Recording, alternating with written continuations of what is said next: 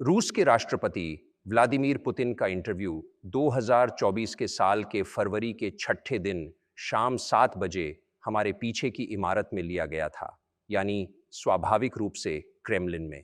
Interview पहले और सबसे अधिक यूक्रेन पर चल रहे संघर्ष के बारे में था, यानी इसका आरंभ कैसे हुआ, क्या हो रहा है और सबसे महत्वपूर्ण बात, इसका अंत कैसे हो सकता है।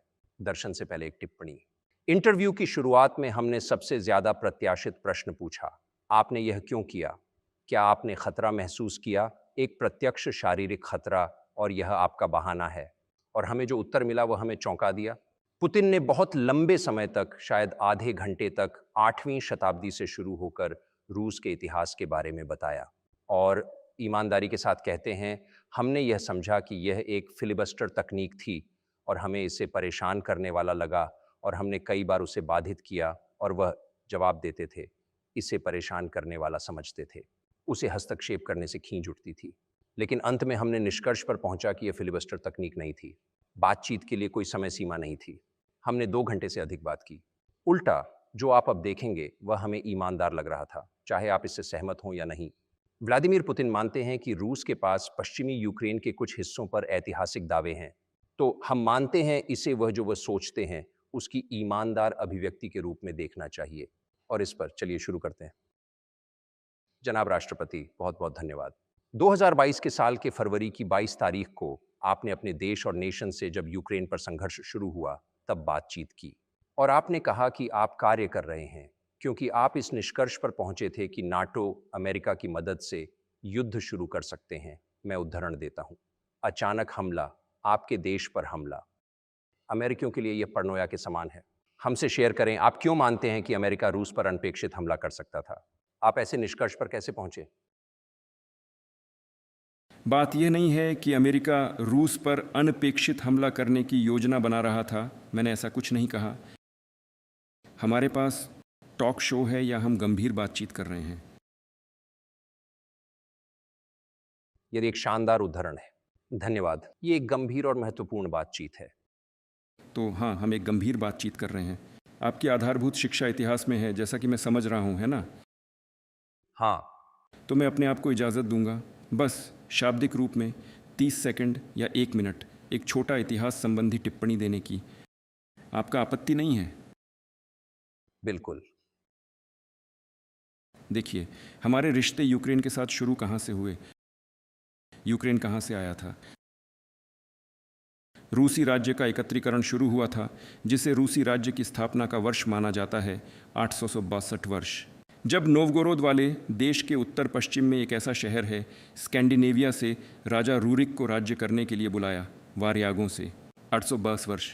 1862 वर्ष में रूस ने अपनी राज्यतांत्रिकता की 1000वीं वर्षगांठ मनाई और नोवगोरोद में एक स्मारक खड़ा है देश की 1000वीं वर्षगांठ को समर्पित।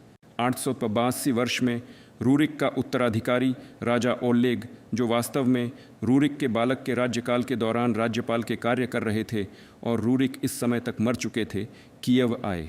उन्होंने 2 भाइयों को सत्ता से हटाया जो लगता है कभी रूरिक के दल के सदस्य थे, और इस तरह रूस 2 केंद्रों के साथ विकास करना शुरू कर दिया, कीयव में और नोवगोरोद में।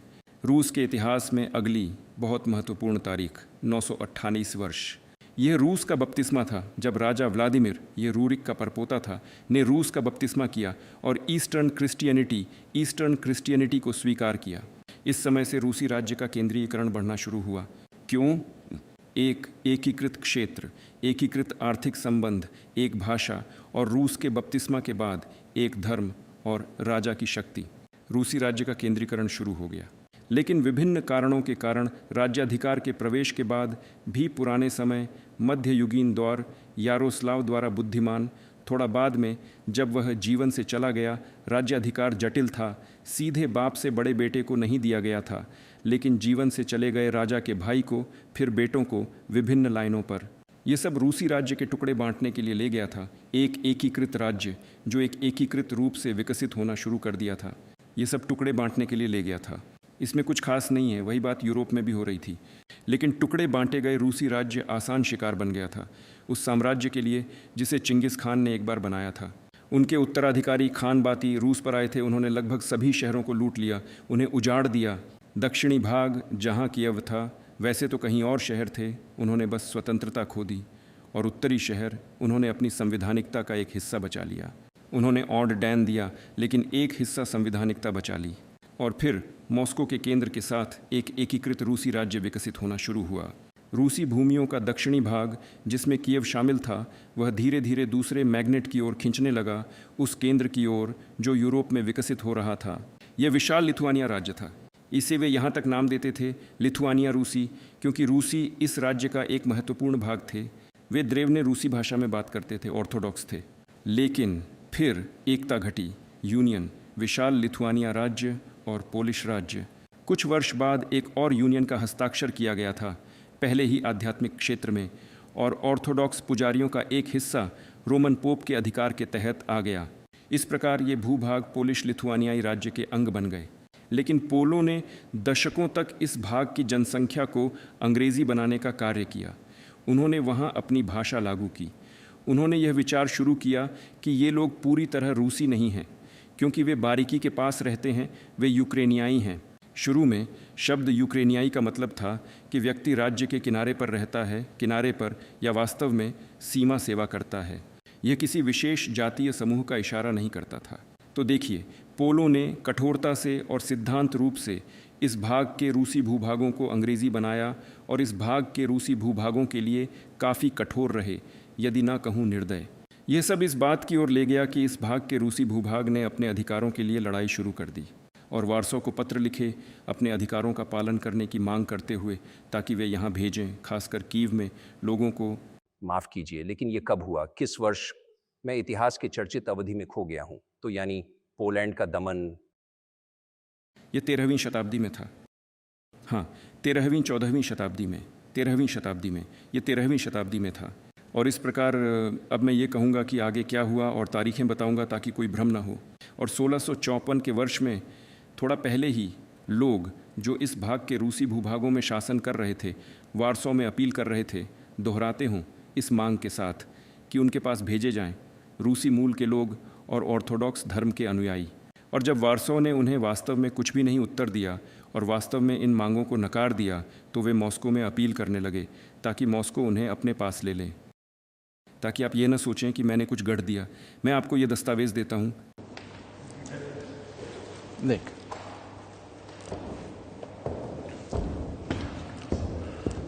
नहीं, मैं नहीं सोच रहा हूँ कि आप कुछ गढ़ रहे हैं। बस मैं ये नहीं जानता कि ये 2 साल पहले हुई घटना से कैसे संबंधित है। और फिर भी ये आर्काइव से दस्तावेज़ हैं, प्रतिलिपियाँ। यहाँ चिट्ठियाँ हैं, बोगदान खमेलनित्स्की की चिट्ठियाँ, तब का व्यक्ति जो इस भाग के रूसी भूभागों में शासन कर रहा था, जिन्हें हम अब यूक्रेन कहते हैं। वह वार्सो में उनके अधिकारों का पालन करने की मांग कर रहा था, और उसके बाद जब उसने इनकार पाया, वह मॉस्को में चिट्ठियाँ लिखने लगा, उन्हें मॉस्को के राजा के शक्तिशाली हाथ के नीचे ले जाने की अनुरोध कर रहा था। ये इन दस्तावेज़ों की प्रतिलिपियाँ हैं।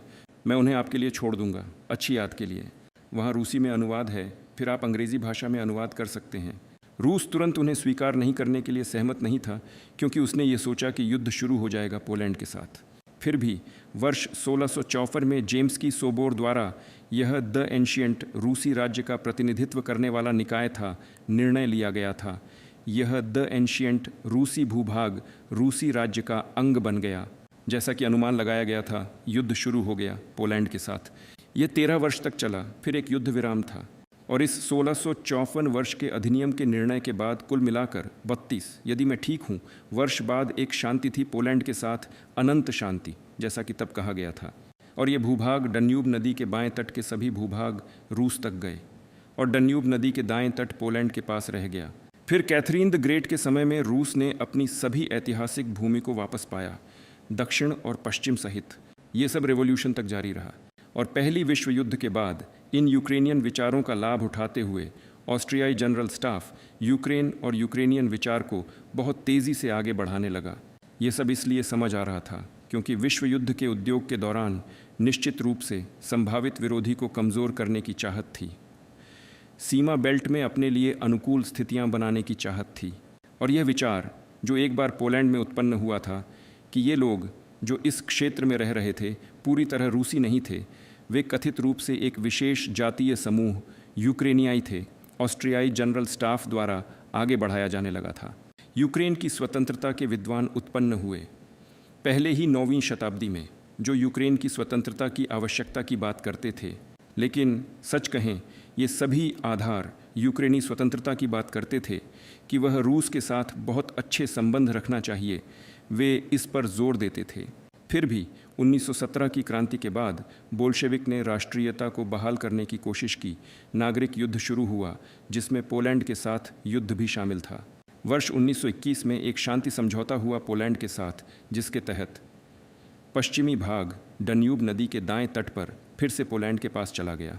वर्ष 1929 में जब पोलैंड ने हिटलर के साथ सहयोग किया और पोलैंड ने हिटलर के साथ सहयोग किया और हिटलर ने प्रस्तावित किया, हमारे पास आर्काइव में सभी दस्तावेज़ हैं, पोलैंड के साथ शांति, दोस्ती और गठबंधन की जोड़ी के बारे में बात की।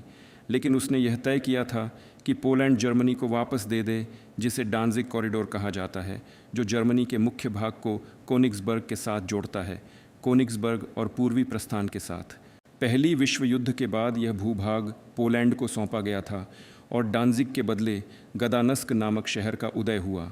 हिटलर ने उन्हें शांतिपूर्वक देने की विनती की, लेकिन पोलैंड वालों ने इनकार कर दिया। सही। फिर भी उन्होंने हिटलर के साथ सहयोग किया और चेकोस्लोवाकिया के विभाजन में सहयोग किया। क्या मैं पूछ सकता हूं, आप कह रहे हैं कि यूक्रेन का एक भाग वास्तव में सैकड़ों वर्षों से रूसी भूमि है, तो जब आप राष्ट्रपति बने तो आपने उन्हें 24 वर्ष पहले ही क्यों नहीं ले लिया? आपके पास तो परमाणु शस्त्र भी थे, उनके पास नहीं थे। और यदि यह वास्तव में आपकी भूमि है, तो फिर आपने इतना लंबा इंतजार क्यों किया? अब मैं बताऊंगा। मैं इस ऐतिहासिक विवरण को खत्म कर रहा हूं। ये बोरिंग हो सकता है, लेकिन ये बहुत कुछ समझाता है। ये बोरिंग नहीं है, बस ये उचित नहीं लग रहा है। अच्छा, फिर भी तो मुझे बहुत खुशी हुई कि आपने इसे इस तरह मूल्यांकन किया। बहुत बहुत धन्यवाद। तो यहाँ द्वितीय विश्व युद्ध के पहले जब पोलैंड ने जर्मनी के साथ सहयोग किया, उन्होंने हिटलर की मांगों का पालन करने से इनकार कर दिया, लेकिन फिर भी उन्होंने चेकोस्लोवाकिया के विभाजन में हिटलर के साथ भाग लिया। लेकिन क्योंकि उन्होंने डांजिग कॉरिडोर नहीं लौटाया, तो अंततः पोलिश लोगों ने जो बाजी खेल रहे थे, उन्होंने हिटलर को द्वितीय विश्व युद्ध शुरू करने के लिए मजबूर कर दिया। युद्ध क्यों शुरू हुआ था 1 सितंबर 1939 को पोलैंड के साथ ही? वे सहयोग नहीं कर रहे थे। हिटलर के पास और कोई विकल्प नहीं था अपने योजनाओं को कार्यान्वित करने के लिए कि वे पोलैंड से शुरू करें।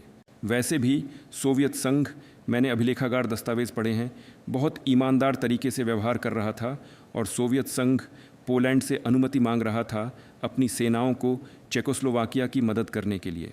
लेकिन तत्कालीन पोलैंड के विदेश मंत्री के मुख द्वारा कहा गया था कि यदि भी सोवियत विमान चेकोस्लोवाकिया की ओर पोलैंड की भूमि के ऊपर उड़ते हैं तो वे पोलैंड की भूमि पर गिराए जाएंगे। वैसे भी यह महत्वपूर्ण नहीं है, और यह महत्वपूर्ण है कि युद्ध शुरू हुआ और अब पोलैंड खुद उस नीति का शिकार बन गया था जिसे उसने चेकोस्लोवाकिया के प्रति अपनाया था, क्योंकि मोलोटोव रिब्बेंट्रॉप के प्रसिद्ध प्रोटोकॉल के अनुसार इन भूभागों का एक हिस्सा रूस के पास चला गया, जिसमें पश्चिमी यूक्रेन शामिल था। रूस सोवियत संघ के नाम से इस प्रकार अपनी ऐतिहासिक भूमियों पर वापस लौट आया। विश्व युद्ध द्वितीय की विजय के बाद, जैसा कि हम कहते हैं, यानी द्वितीय विश्व युद्ध, इन भूभागों को अंततः रूस यानी सोवियत संघ के लिए सुरक्षित कर दिया गया था और पोलैंड कुछ प्रकार के क्षतिपूर्ति के रूप में, ऐसा मानना चाहिए, ने पश्चिमी मूल रूप से जर्मन भूभाग प्राप्त किए। पूर्वी जर्मनी का भाग, भूमि का एक हिस्सा, ये आज के पोलैंड के पश्चिमी ज़िले हैं और स्वाभाविक रूप से फिर से बाल्टिक सागर के लिए आउटलेट को वापस लाया, फिर से डांजिग को वापस लाया, जिसे फिर से पोलिश तरीके से बुलाया गया। इस तरह से ये स्थिति बनी।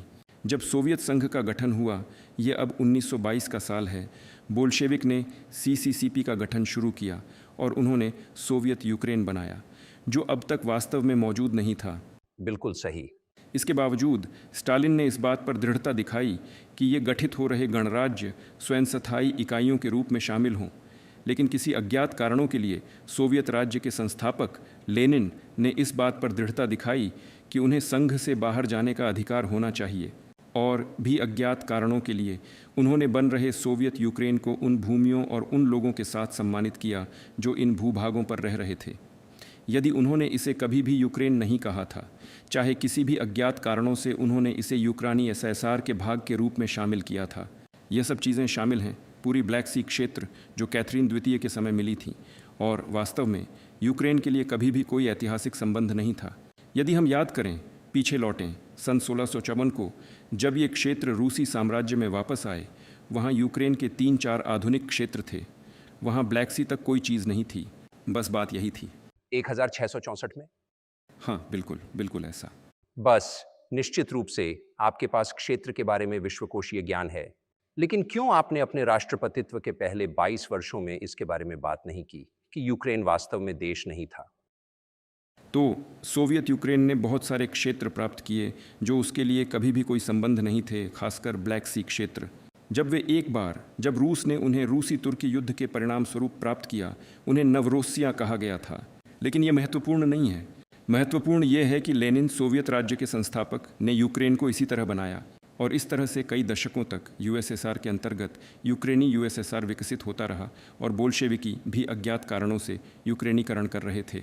न केवल इसलिए कि वहाँ सोवियत संघ के नेतृत्व में यूक्रेन से आए लोग थे, लेकिन एक सामान्य नीति थी, उसे कोरेनिजेशन कहा जाता था। यह यूक्रेन और अन्य संघीय गणराज्यों के लिए लागू होता था। राष्ट्रीय भाषाएं, राष्ट्रीय संस्कृतियां लागू की गई थीं, जो एक तरह से सिद्धांततः ठीक भी थीं। लेकिन इस तरह से सोवियत यूक्रेन बनाया गया था। और द्वितीय विश्व युद्ध के बाद यूक्रेन ने न केवल युद्ध से पहले वाले पोलिश टेरिटरियों का एक भाग नहीं प्राप्त किया, आज का पश्चिमी यूक्रेन एक हिस्सा हंगेरी क्षेत्रों का और रोमानियाई का हिस्सा। रोमानिया और हंगेरी से भी कुछ क्षेत्र छीन लिए गए और वे क्षेत्र सोवियत यूक्रेन के अंतर्गत आ गए और अब तक वहाँ ही हैं। इसलिए हमारे पास यह कहने के लिए सभी आधार हैं कि बेशक यूक्रेन एक तरह से कृत्रिम राज्य है जो स्टालिन की इच्छा अनुसार बनाया गया था। आपका ख्याल है कि क्या हंगेरी को यूक्रेन से अपनी ज़मीन वापस लेने का अधिकार है? और क्या अन्य राष्ट्र अपनी ज़मीन वापस ले सकते हैं और शायद यूक्रेन को 1664 की सीमाओं की ओर ले जा सकते हैं? मैं नहीं जानता 1664 की सीमाओं तक, लेकिन सभी लोग स्टालिन के शासनकाल को सभी लोग स्टालिन रेजिम कहते हैं।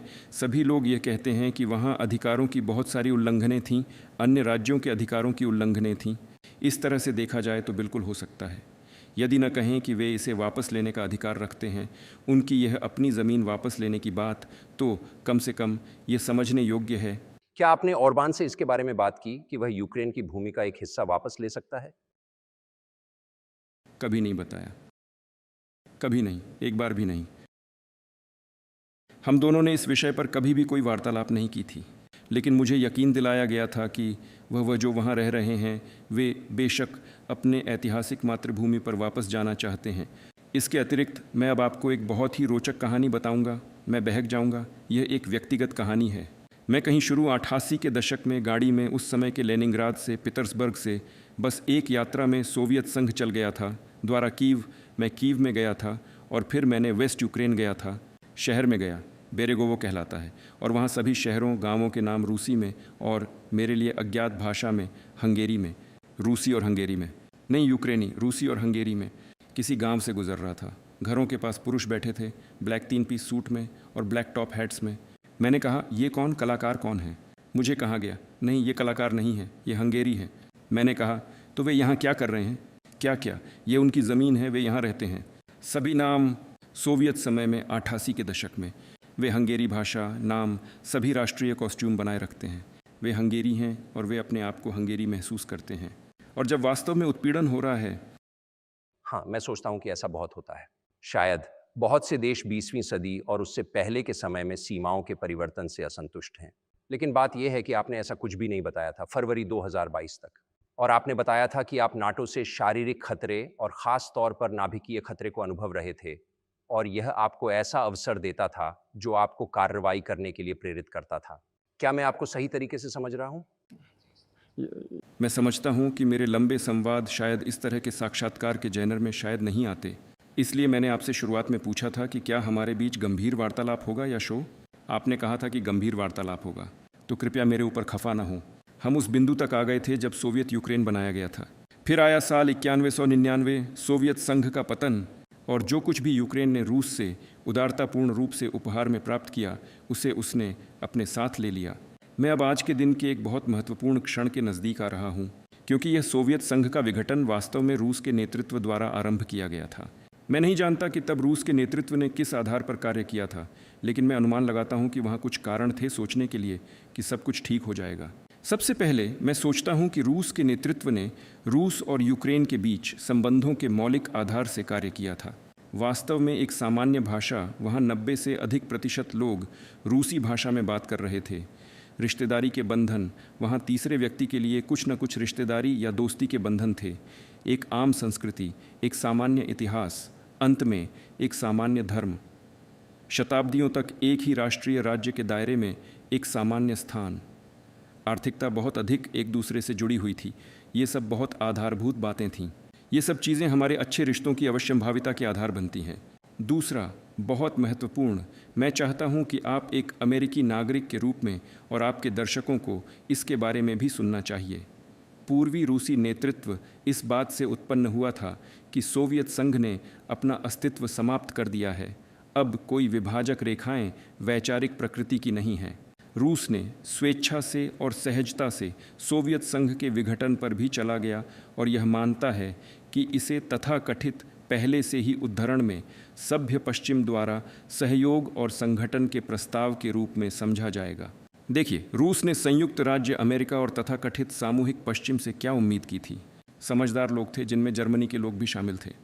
एगोन बार वह एक प्रमुख राजनीतिक कार्यकर्ता थे सामाजिक लोकतांत्रिक पार्टी के, जो सोवियत संघ के पतन से पहले सोवियत नेतृत्व से व्यक्तिगत बातचीत में जोर देते थे। कहते थे कि यूरोप में एक नया सुरक्षा प्रणाली बनाना चाहिए। हमें जर्मनी को एकजुट होने में मदद करनी चाहिए, लेकिन एक नया प्रणाली बनाना चाहिए जिसमें संयुक्त राज्य अमेरिका, कनाडा, रूस, अन्य मध्य यूरोपीय देश शामिल होंगे। लेकिन नाटो को विस्तारित नहीं करना चाहिए। उन्होंने यही कहा, अगर नाटो विस्तारित होगा तो सब कुछ वही होगा जैसा कि शीत युद्ध की स्थिति में, सिर्फ रूस की सीमाओं के करीब। बस इतना ही। बुद्धिमान आदमी था, उसने किसी को नहीं सुना। इसके अलावा वह एक बार गुस्सा हो गया। हमारे आर्काइव में यह बातचीत भी है।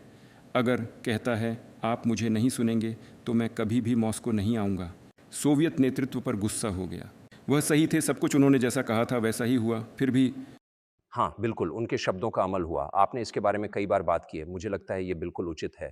और अमेरिका में भी कई लोग सोचते थे कि सोवियत संघ के तोड़ने के बाद रूस और अमेरिका के बीच संबंध सामान्य हो जाएंगे। हालांकि उलटा हुआ। हालांकि आपने कभी नहीं समझाया कि आपके ख्याल से ये क्यों हो रहा है, ये क्यों हुआ। हाँ, शायद पश्चिम एक मजबूत रूस से डरता है, लेकिन पश्चिम एक मजबूत चीन से नहीं डरता। पश्चिम एक मजबूत चीन से अधिक डरता है, क्योंकि रूस में 150 लाख लोग हैं और चीन में 21 करोड़, और चीन की अर्थव्यवस्था 7 मील के कदमों से विकसित हो रही है। वर्ष में 5 से अधिक प्रतिशत, यहाँ तक कि अधिक था। लेकिन चीन के लिए ये काफ़ी है। बिस्मार्क ने एक बार कहा था, मुख्य बात यह है कि क्षमताएं होती हैं। चीन की क्षमता विशाल है। आज खरीदने की क्षमता के समानता के आधार पर दुनिया की पहली अर्थव्यवस्था के आयतन के हिसाब से। अब तक अमेरिका को पीछे छोड़ दिया है और काफ़ी समय से और गति बढ़ रही है।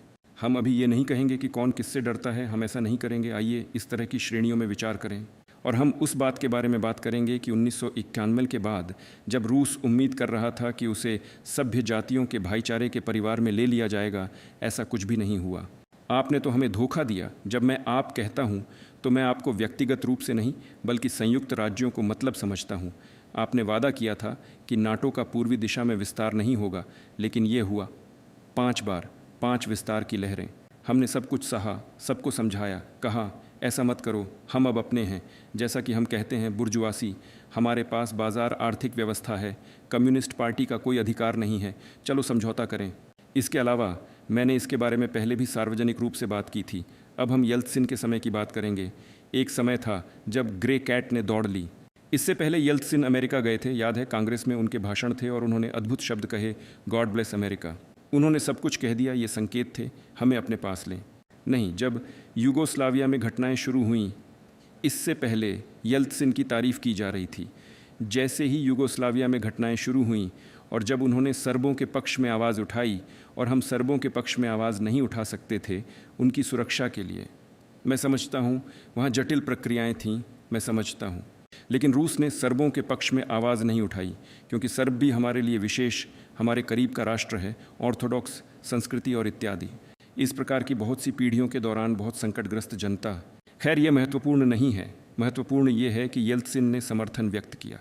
संयुक्त राज्य अमेरिका ने क्या किया? अंतर्राष्ट्रीय कानून की उल्लंघना, संयुक्त राष्ट्र संघ के उस्तव की उल्लंघना करते हुए बेलग्रेड की बमबारी शुरू हुई। संयुक्त राज्य ने इस जिन्न को बोतल से बाहर निकाल दिया। इसके अतिरिक्त जब रूस ने विरोध किया और अपनी नाराज़गी व्यक्त की तो क्या कहा गया?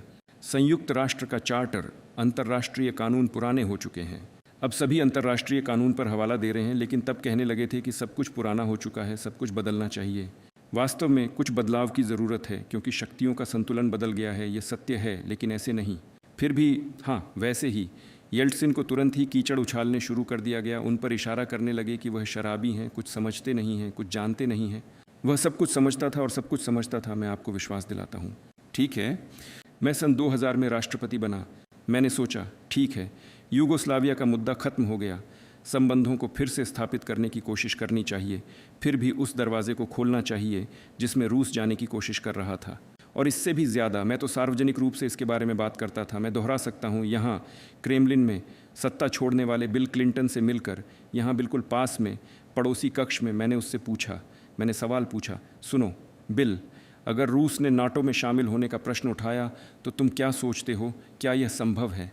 अचानक उसने कहा, तुम जानते हो यह दिलचस्प है, मैं सोचता हूँ कि हाँ। और शाम को जब हम उसके साथ डिनर के लिए मिले तो उसने कहा, तुम जानते हो मैंने अपने लोगों से बात की, अपनी टीम के साथ, नहीं अभी यह संभव नहीं है।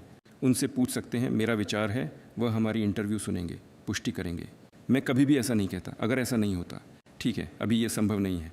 क्या आप उस समय सच्चे थे? क्या आप नाटो से जुड़ जाते? सुनिए, मैंने सवाल पूछा, क्या यह संभव है या नहीं? और मैंने जवाब पाया, नहीं। अगर मैं अपनी इच्छा को स्पष्ट करने में असच्चा था। और अगर उन्होंने हाँ कहा होता, क्या आप नाटो से जुड़ जाते? अगर उन्होंने हाँ कहा होता तो समीपन की प्रक्रिया शुरू हो जाती और अंततः यह हो सकता था अगर हमें साझेदारों की इसके लिए सच्ची इच्छा दिखाई देती। लेकिन इसके साथ ही नहीं समाप्त हुआ। ठीक है, अगर नहीं तो नहीं, ठीक है, अच्छा। आपका क्या विचार है, क्यों? इसके मोटिव्स क्या हैं? मुझे लगता है कि आप इस बारे में खेद महसूस कर रहे हैं, मैं समझता हूं। लेकिन क्यों आपके ख्याल से पश्चिम ने तब आपको इतना ठुकरा दिया? ये दुश्मनता कहां से आई? क्यों संबंध सुधारने में विफल रहे? इसके मोटिव्स क्या थे आपके दृष्टिकोण से? आपने कहा कि मुझे जवाब से कड़वाहट महसूस हो रही है। नहीं, ये कड़वाहट नहीं है, ये केवल तथ्य की स्थिति का निर्धारण है। हम तो दुल्हा और दुल्हन नहीं हैं। कड़वाहट, आहत भावनाएं, ये वो पदार्थ नहीं हैं जो ऐसे मामलों में होने चाहिए। हमने बस ये समझ लिया कि हमें वहाँ किसी ने प्रतीक्षा नहीं की, बस इतना ही। ठीक है, चलो, लेकिन चलो हम अपने रिश्तों को एक अलग तरीके से निभाएं। हम संपर्क के बिंदुओं की तलाश करें। हमें ऐसा नकारात्मक जवाब क्यों मिला, इसका प्रश्न आप अपने नेताओं से पूछें। मैं केवल अनुमान लगा सकता हूँ कि क्यों। बहुत बड़ा देश अपनी राय के साथ और इसी तरह। और संयुक्त राज्य, मैंने देखा है कि नाटो में मुद्दे कैसे हल होते हैं। मैं अब यूक्रेन से संबंधित एक और उदाहरण दूंगा। संयुक्त राज्य अमेरिका की सरकार ने दबाव डाला और सभी नाटो सदस्य, अगर उन्हें कुछ पसंद नहीं भी है तो वे अनुशासन से वोट करते हैं। इस संबंध में मैं आपको ये बताने जा रहा हूँ कि वर्ष 2008 में यूक्रेन में क्या हो रहा था, इसकी व्यापक चर्चा हो रही है। मैं आपको कुछ भी नया नहीं बताऊंगा। फिर भी इसके बाद हमने विभिन्न तरीकों से संबंध स्थापित करने की कोशिश की। उदाहरण के लिए, मध्य पूर्व में घटनाएं हुई, इराक में हमने बहुत ही शांत और सूझबूझ के साथ संयुक्त राज्यों के साथ संबंध स्थापित किए। मैंने कई बार यह सवाल उठाया कि संयुक्त राज्य न तो विभाजनवाद का समर्थन करें और न ही उत्तरी कॉकेसस में आतंकवाद का, लेकिन उन्होंने फिर भी इसे जारी रखा। और राजनीतिक समर्थन, सूचना समर्थन, वित्तीय समर्थन, यहाँ तक कि संयुक्त राज्यों और उनके उपग्रह देशों की ओर से कॉकेसस में आतंकवादी संगठनों के प्रति सैन्य समर्थन भी चल रहा था। मैंने अपने सहकर्मी यानी संयुक्त राज्यों के राष्ट्रपति के साथ एक बार यह मुद्दा उठाया। उन्होंने कहा, ऐसा नहीं हो सकता, क्या आपके पास सबूत हैं? मैंने कहा, हाँ। मैं इस बातचीत के लिए तैयार था और मैंने उन्हें ये सबूत दिए। उन्होंने देखा और जानते हैं। उन्होंने क्या कहा? मैं माफ़ी चाहता हूँ, लेकिन ऐसा हुआ था, मैं उदाहरण देता हूँ। उन्होंने कहा, मैं उन्हें डांटूंगा। हमने उत्तर की प्रतीक्षा की, कोई उत्तर नहीं आया। मैंने एफएसबी के निदेशक से कहा, तुम CIA में लिखो, क्या किसी भी बातचीत का परिणाम है? उन्होंने एक बार, दो बार लिखा और फिर हमें उत्तर मिला। हमारे पास आर्काइव में उत्तर है। CIA से उत्तर आया, हमने रूस में विपक्ष के साथ काम किया, हम मानते हैं कि यह सही है और हम आगे विपक्ष के साथ काम करना जारी रखेंगे। हास्यास्पद, ठीक है। हमने समझ लिया कि बातचीत नहीं होगी। विपक्ष आपके लिए? बिल्कुल, इस मामले में विभाजनवादी आतंकवादी जो हमसे कॉकेसस में लड़ रहे थे उनका तात्पर्य था। उनकी बात उनके बारे में हो रही थी। उन्होंने इसे विपक्ष कहा। यह दूसरा बिंदु है। तीसरा मुद्दा बहुत महत्वपूर्ण यह संयुक्त राज्यों की एंटी मिसाइल प्रणाली की स्थापना का मुद्दा है। शुरुआत हमने लंबे समय तक संयुक्त राज्यों को यह न करने के लिए समझाया। उसके ऊपर जब बुश जूनियर के पिता ने मुझे निमंत्रित किया, बुश सीनियर, उन्होंने मुझे अपने सागर तट पर आमंत्रित किया। वहाँ बुश राष्ट्रपति और उनकी टीम के साथ एक बहुत ही गंभीर बातचीत हुई। मैंने प्रस्तावित किया कि संयुक्त राज्य, रूस और यूरोप मिलकर BMD सिस्टम बनाएं, जो हम मानते हैं एक तरफा रूप से बनाया जा रहा है, हमारी सुरक्षा के लिए खतरा है। फिर भी संयुक्त राज्यों ने आधिकारिक रूप से कहा कि यह ईरान की मिसाइल धमकी के खिलाफ बनाया जा रहा है। इसी से BMD की स्थापना का आधार बताया गया था। मैंने उन्हें तीनों, रूस, संयुक्त राज्य, यूरोप के साथ काम करने का प्रस्ताव दिया। उन्होंने कहा कि यह बहुत रोचक है। मुझसे पूछा गया, क्या तुम सीरियस हो? मैंने कहा, निश्चित रूप से। ये कब हुआ था, किस वर्ष में? मुझे याद नहीं। यह इंटरनेट पर आसानी से जाना जा सकता है कि मैं बुश सीनियर के निमंत्रण पर संयुक्त राज्य अमेरिका में कब था। अब मैं आपको बताऊंगा कि इसका जवाब और भी आसानी से जाना जा सकता है। मुझसे कहा गया, यह बहुत रोचक है। मैंने कहा, बस सोचिए, अगर हम सुरक्षा क्षेत्र में ऐसा वैश्विक रणनीतिक कार्य साझा करें, दुनिया बदल जाएगी। शायद हमारे बीच विवाद होंगे, शायद आर्थिक और यहाँ तक कि राजनीतिक, लेकिन हम दुनिया में स्थिति को मूल रूप से बदल देंगे। उन्होंने जवाब दिया, हाँ। मुझसे पूछा गया, क्या आप गंभीर हैं? मैंने कहा, बिल्कुल, हमें सोचना चाहिए। मुझसे कहा गया, मैंने कहा, कृपया। फिर यहाँ इस कक्ष में जहाँ हम अभी आपसे बातचीत कर रहे हैं, गेट्स, पूर्व CIA निदेशक और राज्य सचिव राइस आए। यहाँ इस मेज़ के पीछे, आप इस मेज़ को देख रहे हैं, वे इस पक्ष से बैठ गए। मैं विदेश मंत्री, रूस के रक्षा मंत्री उस पक्ष से। उन्होंने मुझसे कहा, हाँ, हमने सोचा, हम सहमत हैं। मैंने कहा, ईश्वर की जय, शानदार, लेकिन कुछ अपवाद के साथ। तो आपने 2 बार ये वर्णन किया है कि कैसे अमेरिकी राष्ट्रपतियों ने कुछ निर्णय लिए और फिर उनकी टीमों ने उन निर्णयों को तलवे चटाई। बिल्कुल सही। अंत में हमें दूर भेज दिया गया। मैं विवरण नहीं बताऊंगा क्योंकि मुझे इसे अनुचित समझा जाता है। यह एक गोपनीय वार्तालाप था, लेकिन यह एक तथ्य है कि हमारा प्रस्ताव खारिज कर दिया गया था। तब उसी समय मैंने कहा, सुनो, लेकिन फिर हमें प्रतिकारी कदम उठाने की ज़रूरत होगी। हम ऐसे हमलावर सिस्टम बनाएंगे जो निश्चित रूप से AMD सिस्टम को पार करेंगे। जवाब ऐसा था, हम आपके खिलाफ नहीं कर रहे हैं, आप जो चाहें करें। हम मानते हैं कि यह हमारे खिलाफ नहीं है या अमेरिका के खिलाफ नहीं है। मैंने कहा, ठीक है। इसी से शुरुआत हुई और हमने हाइपरसोनिक सिस्टम बनाए, वह भी इंटरकॉन्टिनेंटल रेंज के, और हम उनका विकास करते जा रहे हैं। हमने अब हाइपरसोनिक सिस्टम बनाने में सभी को पीछे छोड़ दिया है, संयुक्त राज्य और अन्य देशों को। वे हमारे पास हर दिन सुधार हो रहे हैं, देखिए। लेकिन हमने ये नहीं किया, माफ़ कीजिए, हमने दूसरे रास्ते का सुझाव दिया, लेकिन हमें दूर कर दिया गया। अब नेटो के पूर्वी विस्तार के बारे में वे तो वादा कर रहे थे, कोई भी नेटो का पूर्व की ओर 1 इंच भी नहीं होगा, जैसा हमें बताया गया था। और फिर क्या हुआ? उन्होंने कहा, वैसे तो हमने इसे कागज़ पर नहीं दर्ज किया, इसलिए हम विस्तार करेंगे। 5 विस्तार, वहाँ बाल्टिक और पूर्वी यूरोप को भी डूबा दिया, और इसी तरह। और अब मुख्य विषय पर आते हैं। हम यूक्रेन पहुँच गए हैं। 2008 में बुखारेस्ट की सम्मेलन में घोषणा की गई थी कि यूक्रेन और जॉर्जिया के लिए नाटो का दरवाज़ा खुला है। अब निर्णय कैसे लिए जाते हैं इस विषय पर? जर्मनी, फ्रांस जैसे कि विरोध में थे, जैसे कि कुछ अन्य यूरोपीय देश भी थे। लेकिन फिर जैसा बाद में पता चला, प्रेसिडेंट बुश वह एक मजबूत आदमी है, मजबूत राजनीतिज्ञ, जैसा कि मुझे बाद में बताया गया। उन्होंने हम पर दबाव डाला और हमें सहमत होना पड़ा। ये तो बच्चों के स्कूल की तरह हास्यास्पद है। गारंटी कहाँ है? ये कैसा बच्चों का स्कूल है? ये कौन लोग हैं? वे कौन हैं?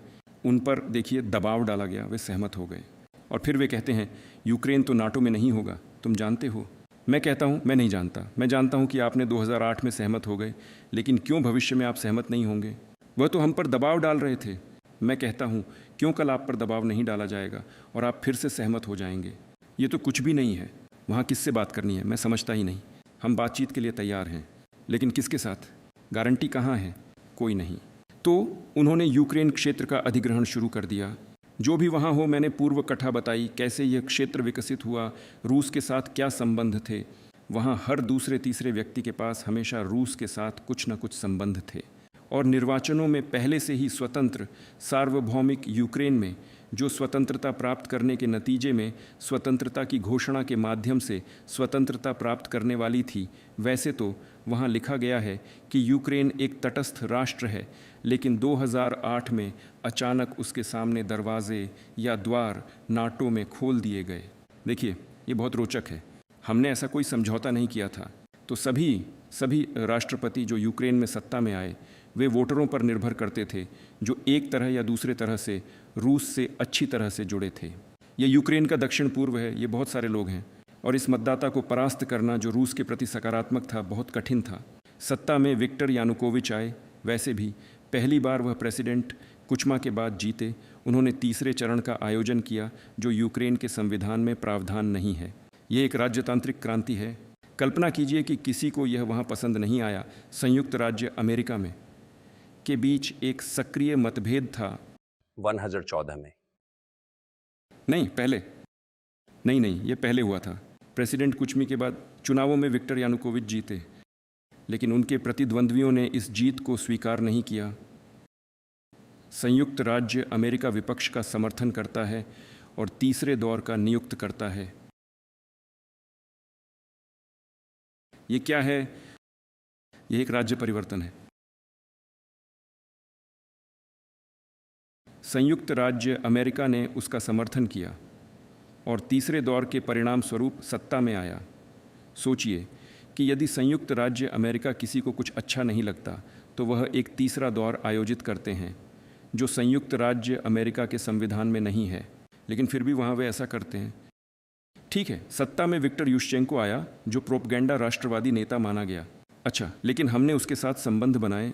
उसने मॉस्को में यात्रा की, हम किए, अनौपचारिक माहौल में मिले। पश्चिमी तो पश्चिमी है, चलने दो, लेकिन लोग काम करते हैं। स्थिति को उत्तराधिकारी तरीके से स्वतंत्र यूक्रेन में ही विकसित होना चाहिए। उसने देश को नेतृत्व किया। बाद में स्थिति बिगड़ गई और सत्ता में विक्टर यानुकोविच आया। शायद वह सबसे अच्छा राष्ट्रपति और राजनीतिज्ञ नहीं था, मैं नहीं जानता, मैं मूल्यांकन नहीं देना चाहता, लेकिन यूरोपीय संघ के साथ संघ बनाने के मुद्दे उठा। लेकिन हम हमेशा इसका बहुत ही वफादारी से संबंध रखते थे, कृपया। लेकिन जब हमने यह संबंध पढ़ा, पता चला कि यह हमारे लिए समस्या है, क्योंकि हमारे पास यूक्रेन के साथ एक मुफ्त व्यापार क्षेत्र है, खुली सीमा, और यूक्रेन को इस संघ के साथ अपनी सीमाओं को खोलना था और उसमें सभी चीज़ें हमारी बाज़ार में गिरने लगीं। हमने कहा नहीं, फिर ये नहीं होगा, हम तो तब यूक्रेन के साथ अपनी सीमाएं बंद कर देंगे। यानुकोविच ने गिनती शुरू की कि यूक्रेन कितना जीतेगा और कितना खोएगा, और अपने यूरोपीय साथियों को कह दिया, मैं यहाँ हस्ताक्षर करने से पहले और सोचूंगा। जैसे ही उसने कहा, विरोध की वांछाओं पर विनाशकारी कार्रवाई शुरू हुई जो पश्चिम द्वारा समर्थित थी, और सब कुछ मैदान और राज्यपाल के तबादले तक पहुंच गया यूक्रेन में।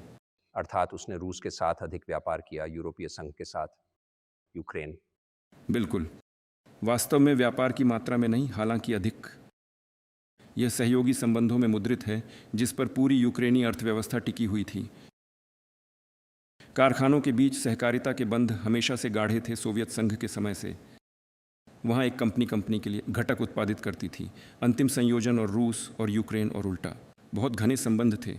एक राज्य खुदे थे। हालांकि हमें संयुक्त राज्य अमेरिका से विस्तार से बात नहीं करूंगा, मैं इसे अब विवरण में नहीं बताऊंगा, मैं यह गलत मानता हूं, लेकिन फिर भी कहा गया था आप वहां यानुकोविच को शांत करें और हम विरोधी को शांत करेंगे। चलो, सब एक पथ पर जाता है, राजनीतिक समाधान की ओर। हमने कहा ठीक है, सहमत हैं, चलो ऐसा ही करते हैं। यानुकोविच, जैसा कि हमें संयुक्त राज्य अमेरिका से कहा गया था, न तो सशस्त्र बलों का उपयोग किया, न ही पुलिस का। और कीव में सशस्त्र विरोधी एक राज्य को देते। ये कैसे समझे? आप कौन हैं सच्चाई में? मैं उस समय के संयुक्त राज्य अमेरिका के नेतृत्व से पूछने के लिए चाहता था। किसकी सहायता से? CRU की सहायता से, बेशक। एक संगठन जिसमें, जैसा कि मैं समझता हूं, आप कभी काम करना चाहते थे। शायद भगवान की कृपा है कि आपको नहीं लिया गया। हालांकि यह एक गंभीर संगठन है, मुझे मालूम है, मेरे पूर्व सहकर्मी, उस मतलब में मैंने काम किया है। पहले मुख्य प्रबंधन, यह सोवियत संघ की खुफिया सेवा है। वे हमेशा हमारे प्रतिद्वंद्वी थे। काम का वही होता है। तकनीकी रूप से उन्होंने सब कुछ सही किया, उन्होंने प्राप्त किया वह जो चाहा, शास्त्रीय रूप से गतिविधि का बदला, लेकिन राजनीतिक दृष्टिकोण से यह एक बड़ी गलती थी। यहाँ निश्चित रूप से राजनीतिक नेतृत्व काम छोड़ दिया। राजनीतिक नेतृत्व को देखना चाहिए था कि यह कहाँ ले जाएगा।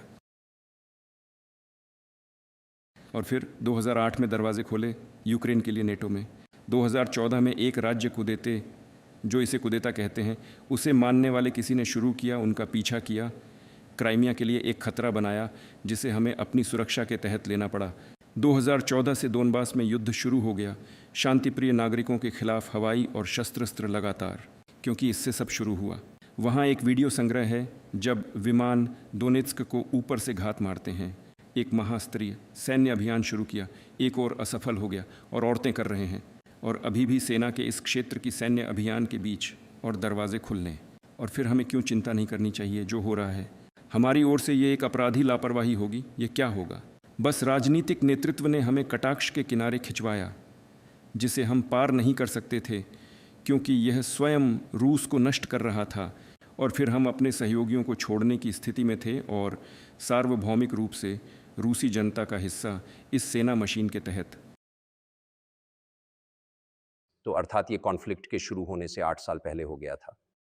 और जब आपने यह निर्णय लिया कि आपको इस कदम को अंततः उठाना है, तो यह क्या उत्प्रेरित किया? पहले से ही यह उत्तेजक था। यूक्रेन पर एक राज्य को देते। उस समय यूरोपीय 3 देशों के प्रतिनिधियों आए थे, जर्मनी, पोलैंड और फ्रांस, और यानुकोविच सरकार और विपक्ष के बीच हुए समझौते के गारंटर थे। अपने गारंटी के रूप में अपने हस्ताक्षर किए। इसके बावजूद विरोधी ने एक राज्य को देते, और ये सभी देश ऐसा कुछ नहीं याद करते हैं कि वे शांतिपूर्ण समाधान के गारंटर थे। वे सीधे इसे भूल गए, कोई याद नहीं करता। मैं नहीं जानता क्या अमेरिका में इस विरोधी और सत्ता के बीच समझौते और 3 गारंटियों के बारे में कुछ जानते हैं, जो इसे वापस ले जाने के बजाय इस पूरी प्रक्रिया को राजनीतिक क्षेत्र पर नहीं ले जाते। नहीं, वे ने राज्य तख्ता पलट का समर्थन किया। हालांकि इसमें कोई भी सार्थकता नहीं थी, मुझ पर विश्वास करें, क्योंकि राष्ट्रपति यानुकोविच ने सब स्वीकार किया। उन्हें पूर्व वाले चुनावों के लिए तैयार था, जिनमें उनके जीतने के अवसर नहीं थे, उनके अवसर ही नहीं थे। सभी इसे जानते थे।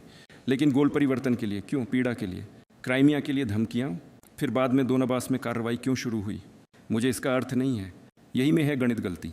सीआरयू ने इस गोल परिवर्तन को कार्रवाई में अपना काम किया, और मेरे अनुसार ग्रहण का एक सहायक सचिव ने कहा कि यहाँ तक कि इसके लिए एक बड़ी रकम का खर्च किया गया, लगभग 5 अरब। लेकिन ये एक राजनीतिक गलती थी। ये क्यों करना चाहिए था? सब कुछ वही था, सिर्फ कानूनी तरीके से किया जा सकता था, किसी भी पीड़ा के बिना, किसी भी सैन्य अभियान की शुरुआत के बिना और क्राइमिया के नुकसान के बिना। और हम उंगली नहीं हिलाते।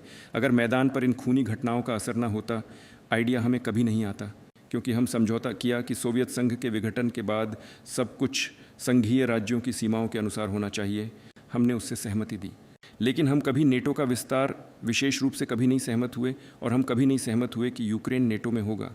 हमने कभी सहमति नहीं दी कि वहाँ नेटो के आधारशित बिना हमारे साथ किसी बातचीत के बेस होंगे। हम बस दशकों से प्रार्थना करते रहे, ऐसा मत करो, वैसा मत करो। और आखिरी घटनाओं में क्या उत्तेजक रहा? पहले तो आज के यूक्रेन के नेतृत्व ने कहा कि वे मिन्स्क अनुबंधों का पालन नहीं करेंगे, जो कि आप जानते हैं 2014 की घटनाओं के बाद मिन्स्क में हुए थे, जहां दोनबास पर शांतिपूर्ण व्यवस्था की योजना बनाई गई थी।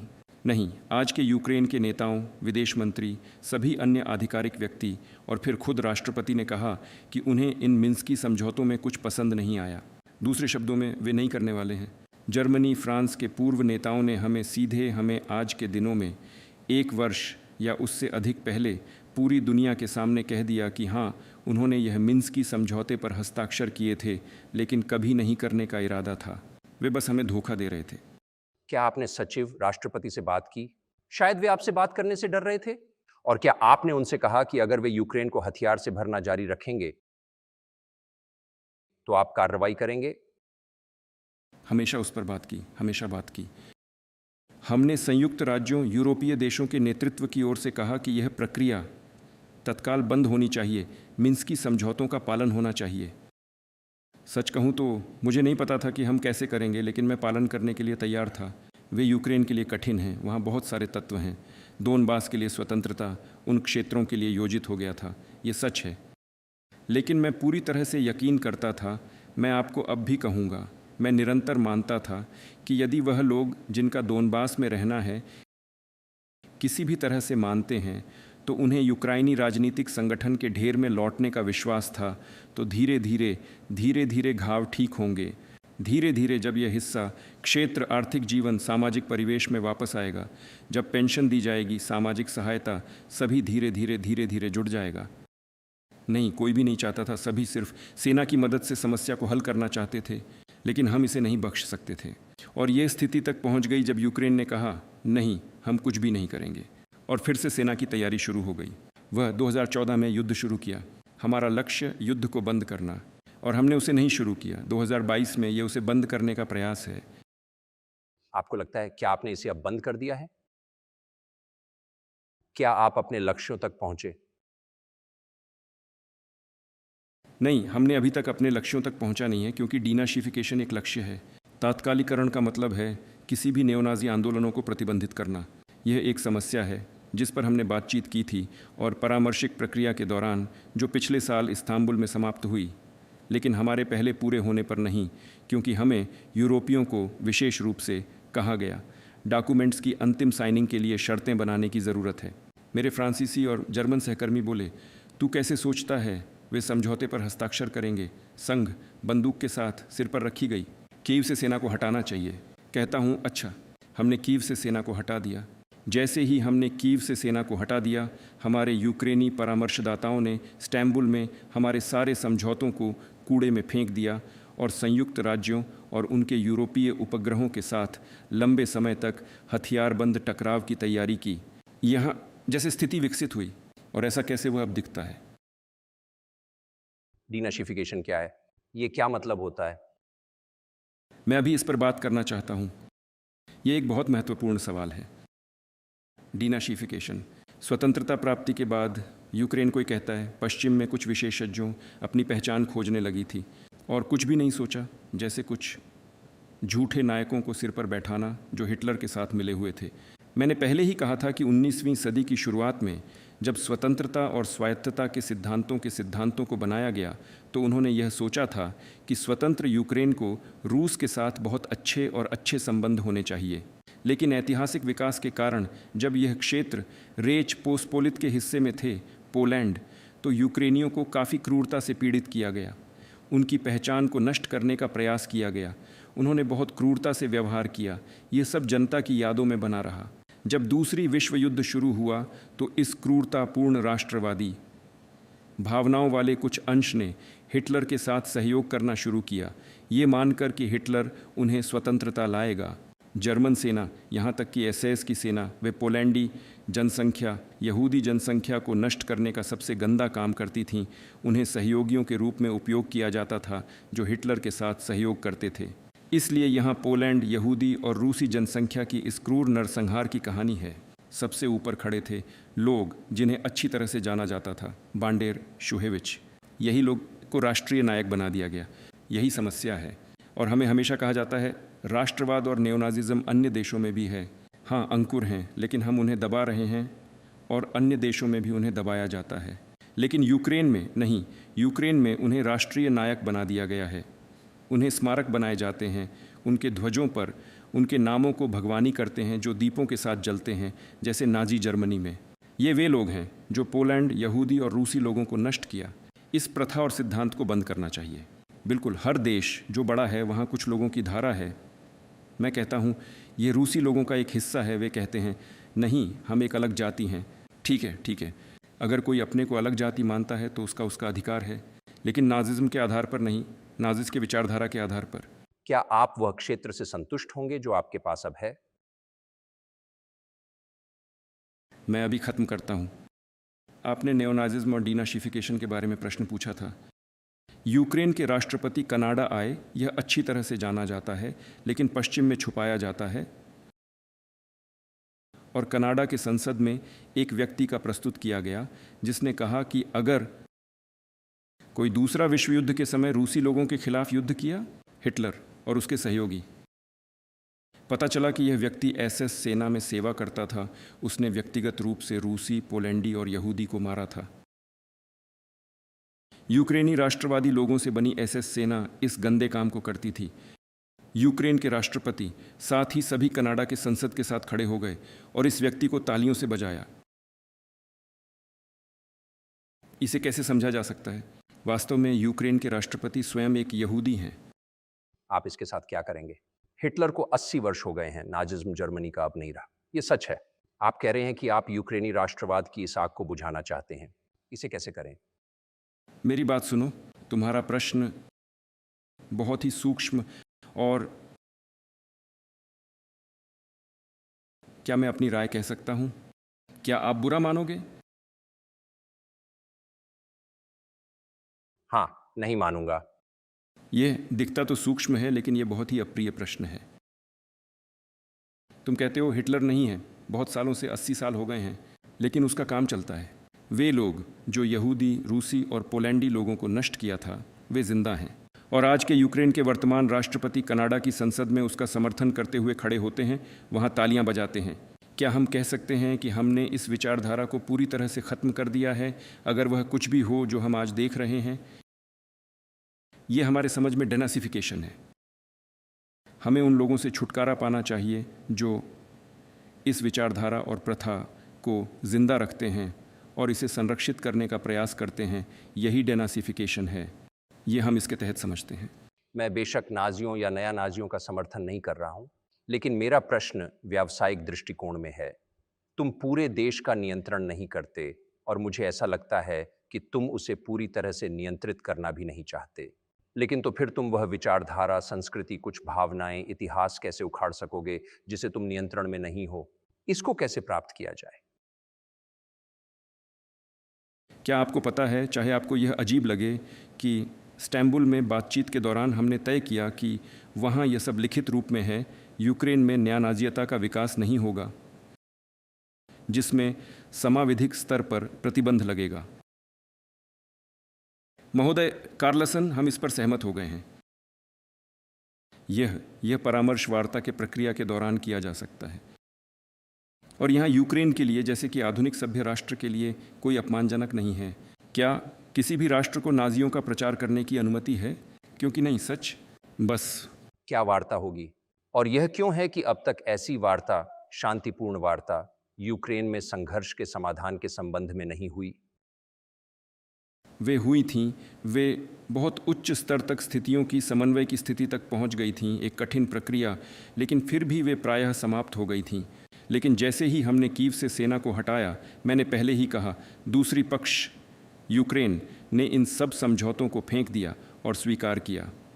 वेस्टर्न देशों, यूरोपीय संयुक्त राज्य अमेरिका के निर्देशों को रूस के साथ जीतने तक लड़ने के लिए, और इससे भी अधिक, यूक्रेन के राष्ट्रपति ने वाणियों का आयोजन करने पर कानूनी प्रतिबंध लगा दिया। उसने एक फरमान पर हस्ताक्षर किए जिसने सभी को रूस के साथ वार्ता करने से मना किया। लेकिन हम कैसे वार्ता करेंगे अगर उसने खुद को और सभी को मना किया है? हम जानते हैं कि वह इस समाधान के बारे में कुछ विचार प्रस्तुत करता है, लेकिन किसी भी चीज़ के बारे में समझौता करने के लिए हमें संवाद करना होगा, क्या नहीं? हाँ, लेकिन आप यूक्रेन के राष्ट्रपति से नहीं बात करेंगे, आप अमेरिकी राष्ट्रपति से बात करेंगे। आपने जो बाइडेन के साथ आखिरी बार बात की थी, वो कब थी? मैं नहीं याद रखता कि मैंने उसके साथ कब बात की थी। मैं नहीं याद रखता, हम देख सकते हैं। क्या आप याद नहीं रखते? नहीं, क्या मुझे सब कुछ याद रखना चाहिए?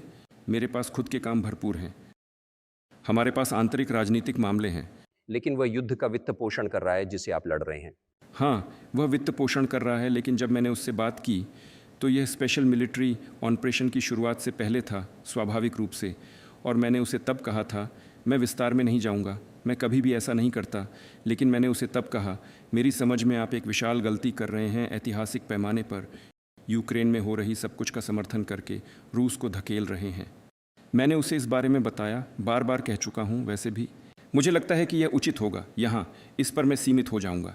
उसने क्या कहा? कृपया आप उससे पूछें। आपके लिए आसान है, आप संयुक्त राज्य अमेरिका के नागरिक हैं, जाएं और उससे पूछें। मेरे लिए हमारी बातचीत पर टिप्पणी करना उचित नहीं है। लेकिन क्या आपने उसके साथ बात नहीं की फरवरी 2022 के बाद? नहीं, हमने बात नहीं की, लेकिन हमारे पास कुछ संपर्क हैं। वैसे भी क्या आप याद करते हैं मैंने आपको बताया था मेरा प्रस्ताव मिसाइल डिफेंस सिस्टम पर साझा काम करने के बारे में? हाँ। सभी से पूछा जा सकता है, वे सभी ईश्वर की कृपा से जीवित और स्वस्थ हैं।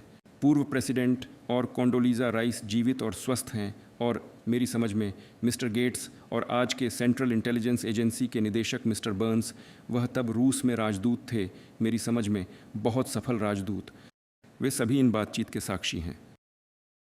उनसे पूछें। यहाँ भी वही बात है, अगर आपको इस बात की जिज्ञासा है कि मिस्टर प्रेसिडेंट बाइडेन ने मुझे क्या जवाब दिया, तो उनसे पूछें। कम से कम हमने इस विषय पर बात की थी। मैं इसे पूरी तरह समझता हूं, लेकिन बाहरी निगरानी के लिए यह लग सकता है कि यह सब कुछ ऐसी स्थिति में बदल सकता है जब पूरी दुनिया युद्ध के किनारे पर होगी। हो सकता है यहां तक कि यहां परमाणु हमले भी हो सकते हैं। आप बाइडेन को क्यों नहीं फोन करते हैं और कहते हैं चलो इस मुद्दे को किसी तरह से हल करते हैं?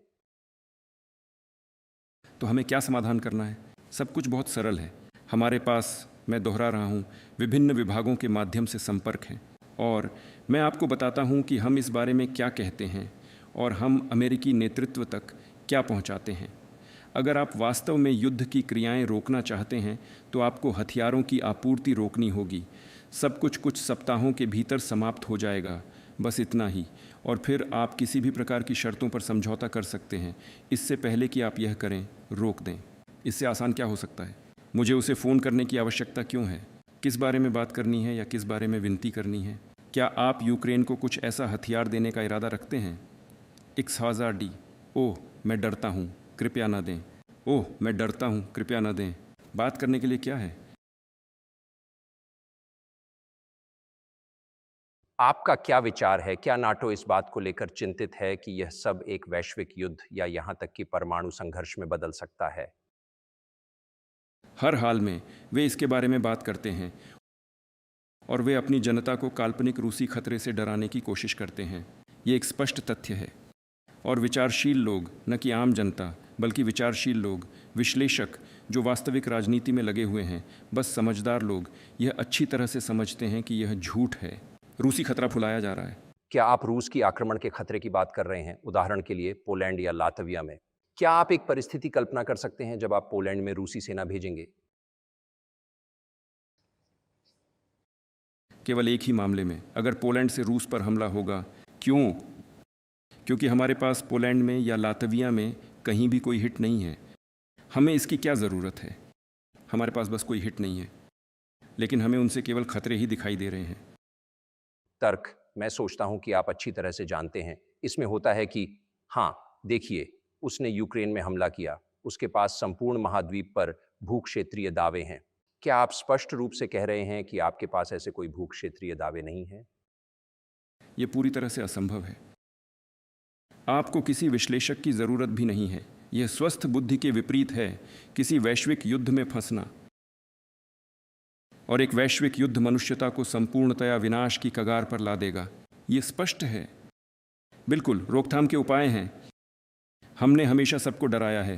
कल रूस ताकतीकी परमाणु हथियार का उपयोग करेगा, कल वह यह उपयोग करेगा, नहीं परसों। तो क्या ये बस आम जनता को डराने के लिए है, ताकि अमेरिकी करदाताओं से, यूरोपीय करदाताओं से युद्ध के नाटकीय रंगमंच पर रूस के खिलाफ अतिरिक्त धन निकाल सकें? लक्ष्य रूस को जितना संभव हो सके कमजोर करना। एक वरिष्ठ सीनेटर चक शूमर, लगता है, कल कहा, हमें यूक्रेन का वित्त पोषण जारी रखना चाहिए या फिर अंत में अमेरिकी सैनिकों को यूक्रेन के बजाय यूक्रेन में लड़ना पड़ेगा। आप ऐसे बयान का कैसे मूल्यांकन करते हैं? ये उकसावा है, और वह भी सस्ता उकसावा। मैं समझता नहीं कि अमेरिकी सैनिकों को यूक्रेन में क्यों लड़ना चाहिए। वहाँ संयुक्त राज्य अमेरिका के मुजाहिद हैं। सबसे अधिक मुजाहिद पोलैंड से हैं, दूसरे स्थान पर संयुक्त राज्य अमेरिका के मुजाहिद, और तीसरे जॉर्जिया से। अगर किसी के पास नियमित सेना भेजने की इच्छा है तो यह निश्चित रूप से मानवता को एक बहुत ही गंभीर वैश्विक संघर्ष के कगार पर ला देगा। यह स्पष्ट है।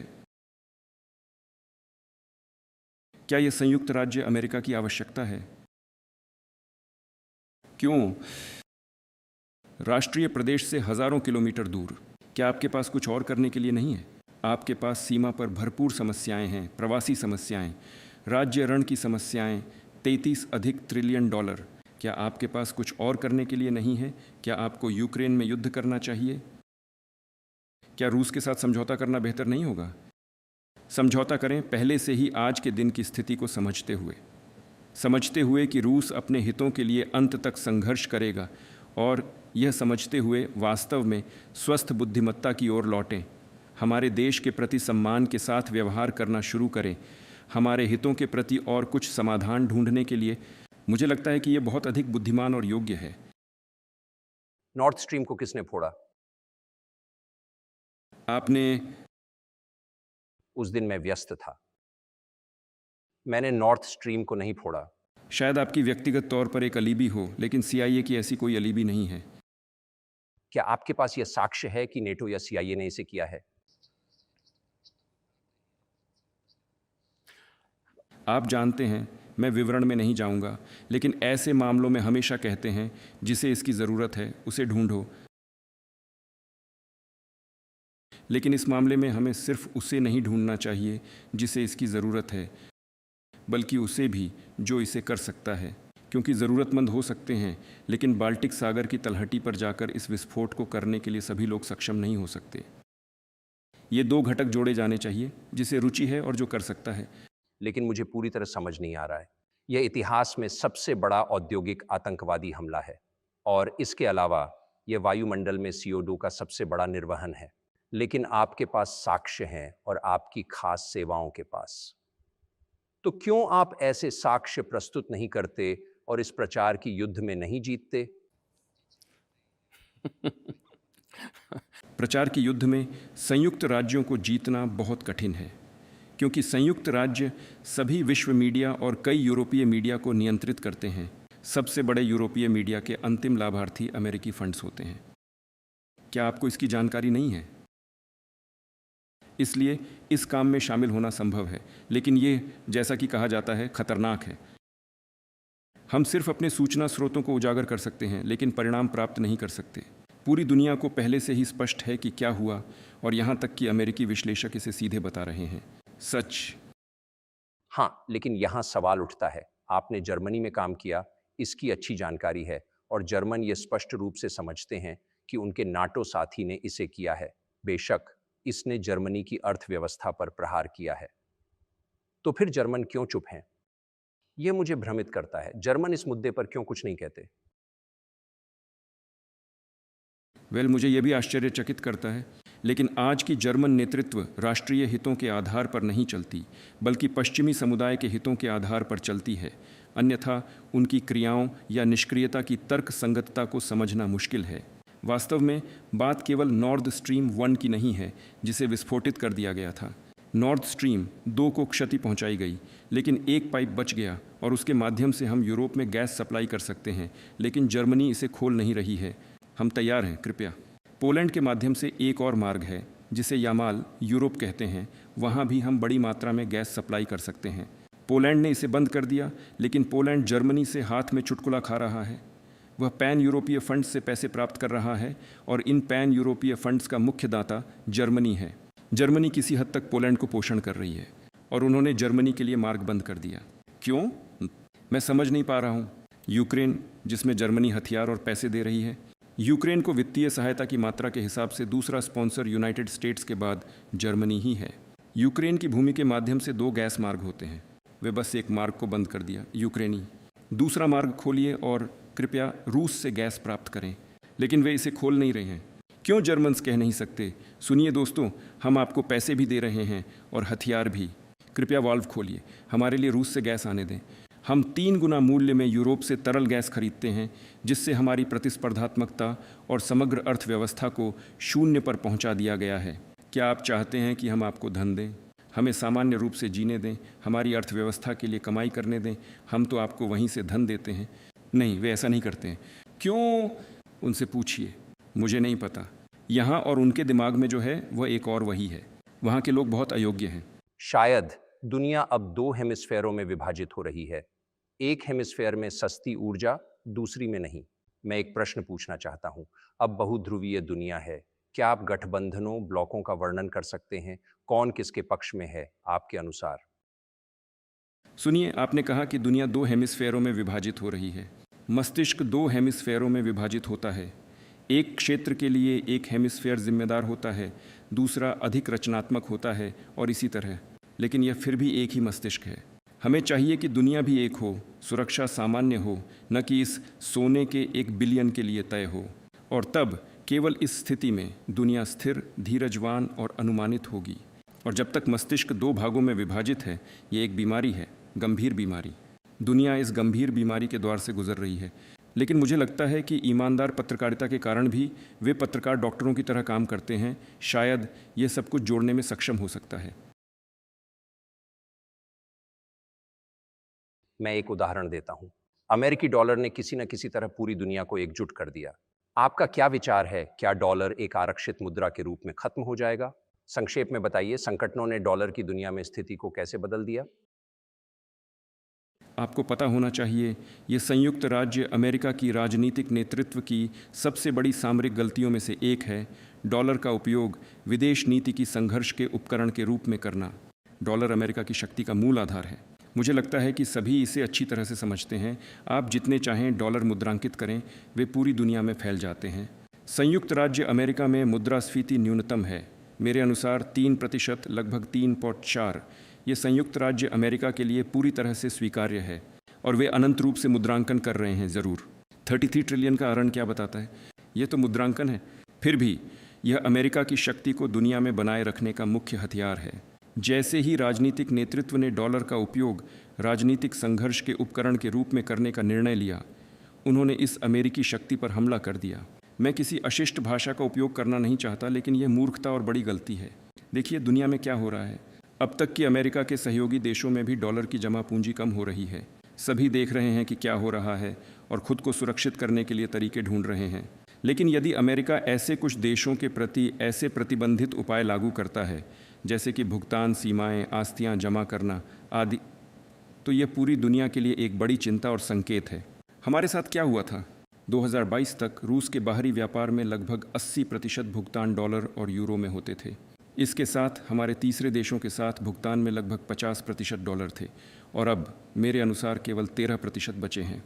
लेकिन हमने डॉलर का उपयोग करने की मनाही नहीं की। हमने ऐसा करने की कोई कोशिश नहीं की। अमेरिका ने हमारे डॉलर में भुगतान को सीमित करने का निर्णय लिया। मैं मानता हूं कि यह पूरी तरह से बेवकूफ़ी है, समझ रहे हैं ना?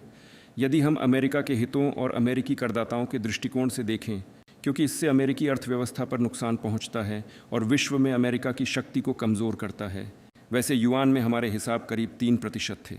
अब हमारे 34% हिसाब रूबल में होते हैं और लगभग उतना ही 34% कुछ अधिक युआन में। अमेरिका ने ऐसा क्यों किया? मैं इसे केवल अत्यधिक आत्मविश्वास से समझ सकता हूँ।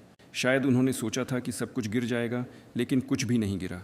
इसके अलावा देखिए, अन्य देश जिनमें पेट्रोल उत्पादन करने वाले देश भी शामिल हैं, अब युआन में तेल की बिक्री के लिए हिसाब करने की बात कर रहे हैं और कर भी रहे हैं। क्या आप समझ रहे हैं कि यहाँ क्या हो रहा है या नहीं? क्या कोई इसे समझता है? वहीं अमेरिका में आप क्या कर रहे हैं? आप खुद को काट रहे हैं। सभी विशेषज्ञों से पूछिए, अमेरिका में किसी भी बुद्धिमान और सोचने वाले व्यक्ति से, अमेरिका के लिए डॉलर क्या है? आप स्वयं इसे मार रहे हैं। मुझे लगता है कि यह वास्तव में एक उचित मूल्यांकन है। अगला प्रश्न, क्या शायद आपने एक उपनिवेशी शक्ति को दूसरे के साथ बदल दिया है, लेकिन वह अधिक सहनशील है? क्या शायद ब्रिक्स आज इस खतरे में है कि एक अधिक दयालु उपनिवेशी शक्ति चीन वहां डोमिनेट करेगी? क्या आपको लगता है कि यह सार्वभौमिकता के लिए अच्छा है? क्या यह आपको चिंतित करता है? हमें इन डरावनी कहानियों के बारे में अच्छी तरह से पता है। ये एक डरावनी कहानी है। हम चीन के पड़ोसी हैं। पड़ोसियों को जैसे कि निकटतम संबंधी चुना नहीं जाता है। हमारी और उनके बीच सामान्य सीमा हजारों किलोमीटर है। ये पहली बात है। दूसरी बात, हमने सदियों से साथ रहने की आदत डाल ली है। तीसरी बात, चीन की विदेश नीति गैर आक्रामक है। यह चीन की विदेश नीति हमेशा समझौता ढूंढती है और हम इसे देखते हैं। अगला बिंदु ऐसा है, हमें हमेशा बताया जाता है, और आपने अभी इस डरावनी बात को कोमल रूप में पेश करने की कोशिश की, लेकिन फिर भी यह वही डरावनी बात है। चीन के साथ सहयोग की मात्रा बढ़ रही है। चीन के साथ सहयोग की वृद्धि की गति यूरोप से अधिक और ऊंची है चीन के साथ रूसी संघ के सहयोग की वृद्धि की गति से। यूरोपियों से पूछिए, क्या वे डरते नहीं हैं? हो सकता है वे डरते हों, मुझे नहीं पता, लेकिन वे चीन के बाज़ार में जैसे भी हो सके पहुंचने की कोशिश करते हैं, खासकर जब वे अर्थव्यवस्था में समस्याओं का सामना कर रहे होते हैं और चीनी उद्यम यूरोपीय बाज़ार को समझ रहे हैं। क्या अमेरिका में चीनी व्यापार की कमी है? हाँ, राजनीतिक निर्णय ऐसे हैं कि वे चीन के साथ सहयोग को सीमित करने की कोशिश कर रहे हैं। मिस्टर टकर, आप अपने आप को क्षति पहुंचा रहे हैं। आप चीन के साथ सहयोग को सीमित करके अपने आप को क्षति पहुंचा रहे हैं। ये एक सूक्ष्म क्षेत्र है और यहाँ कोई सीधे सीधे समाधान नहीं है डॉलर की तरह। इसलिए किसी भी अवैध संकटों को लागू करने से पहले संयुक्त राष्ट्र संघ के चार्टर के दृष्टिकोण से अवैध हमें अच्छी तरह सोचना चाहिए। मेरे ख्याल से निर्णय लेने वालों के पास इसके साथ समस्याएं हैं। क्या हो सकता है कि आज का अमेरिकी प्रशासन, जैसा कि आप कहते हैं, आपके विरुद्ध हो, लेकिन क्या संभव है कि जो बाइडेन के बाद की अगली अमेरिकी सरकार आपसे संबंध सुधारना चाहेगी? और क्या आप भी उनके साथ संबंध सुधारना चाहेंगे? या यह महत्वपूर्ण नहीं है? मैं अभी उत्तर देता हूं, लेकिन पिछले प्रश्न को समाप्त करने के लिए, हमारे पास 200 अरब डॉलर हैं। हमने अपने सहयोगी मित्र चीन के अध्यक्ष शी जिनपिंग के साथ एक लक्ष्य निर्धारित किया था कि इस वर्ष हमें चीन के साथ 200 अरब डॉलर का व्यापारिक कारोबार हासिल करना है और हमने इस लक्ष्य को पार कर लिया। हमारे अनुसार यह पहले ही 230 अरब डॉलर हो चुका है और चीनी सांख्यिकी के अनुसार 240 अरब डॉलर। यदि डॉलर में सब कुछ गणना की जाए तो हमारा व्यापारिक कारोबार चीन के साथ है। और एक बहुत महत्वपूर्ण बात, यह हमारे लिए संतुलित है। यह व्यापारिक कारोबार और यह एक दूसरे को पूरक करता है उच्च प्रौद्योगिकी क्षेत्र में, ऊर्जा क्षेत्र में और वैज्ञानिक अनुसंधान के क्षेत्र में। यह बहुत संतुलित है। और जहाँ तक ब्रिक्स का संबंध है, इस वर्ष से रूस ब्रिक्स का अध्यक्ष बन गया है, तो ब्रिक्स देश बहुत तेज़ी से विकास कर रहे हैं। देखिए, भगवान से प्रार्थना है कि मुझे याद रहे, मैं गलती ना करूं, लेकिन 1992 में मुझे लगता है G7 देशों का विश्व अर्थव्यवस्था में योगदान 47% था, है ना? ये 1992 में था और 2022 में ये गिरकर मुझे लगता है लगभग 30 कुछ हो गया है। 1982 में ब्रिक्स देशों का योगदान केवल 16% था, लेकिन अब यह G7 के स्तर को पार कर गया है। और यह यूक्रेन में किसी भी घटना से संबंधित नहीं है। विश्व और विश्व अर्थव्यवस्था के विकास की प्रवृत्तियां, जैसी मैंने अभी कही हैं, अनिवार्य हैं। यह आगे भी होता रहेगा। जैसे सूरज उगता है, इसे रोकना असंभव है। हमें इसके अनुकूल बनना होगा। संयुक्त राज्य अमेरिका इसके अनुकूल कैसे बनता है? संकटों, दबाव, बमबारी, सशस्त्र बलों के प्रयोग के माध्यम से। यह अहंकार से जुड़ा है। लोग आपके राजनीतिक अभिजात वर्ग में यह नहीं समझते कि विश्व वस्तुनिष्ठ परिस्थितियों के कारण बदल रहा है और अपना स्तर बनाए रखने के लिए क्षमा करें। यहाँ तक कि अगर कोई दबदबे का स्तर चाहता है तो सही निर्णयों को समझदारी से, समय पर, उचित समय पर लेना आवश्यक है। ऐसे कठोर कदम जिसमें रूस के प्रति, कहें अन्य देशों के प्रति व्यवहार शामिल है, विपरीत परिणाम लाते हैं। ये एक स्पष्ट तथ्य है। आज ये स्पष्ट हो गया है। आपने मुझसे अभी पूछा, कोई अन्य नेता आएगा और कुछ बदलेगा? बात नेता में नहीं है, किसी विशेष व्यक्ति की व्यक्तित्व में नहीं है। मेरे और बुश के बीच बहुत अच्छे संबंध थे। उन्हें जानता हूँ। राज्यों में एक प्रकार के ग्रामीण लड़के के रूप में प्रस्तुत किया गया जो ज़्यादा कुछ समझता नहीं है। मैं आपको आश्वस्त करता हूँ, ये सच नहीं है। मेरा मानना है कि रूस के प्रति उन्होंने भी बहुत सारी गलतियाँ की। मैंने आपसे 2008 के बारे में बताया था और बुखारेस्ट में निर्णय नाटो में यूक्रेन के द्वार खोलने के बारे में, और इसी तरह ये उन्हीं के समय में हुआ था। वही यूरोपियों पर दबाव डाल रहे थे। लेकिन कुल मिलाकर मानवीय स्तर पर मेरे और उसके बीच बहुत अच्छे और सौहार्दपूर्ण संबंध थे। वह किसी भी अन्य अमेरिकी या रूसी या यूरोपीय राजनीतिज्ञ से कम नहीं है। मैं आपको आश्वस्त करता हूँ, वह समझता था कि वह क्या कर रहा है, जैसे कि अन्य लोग भी। मेरे और ट्रंप के बीच भी ऐसे ही व्यक्तिगत संबंध थे।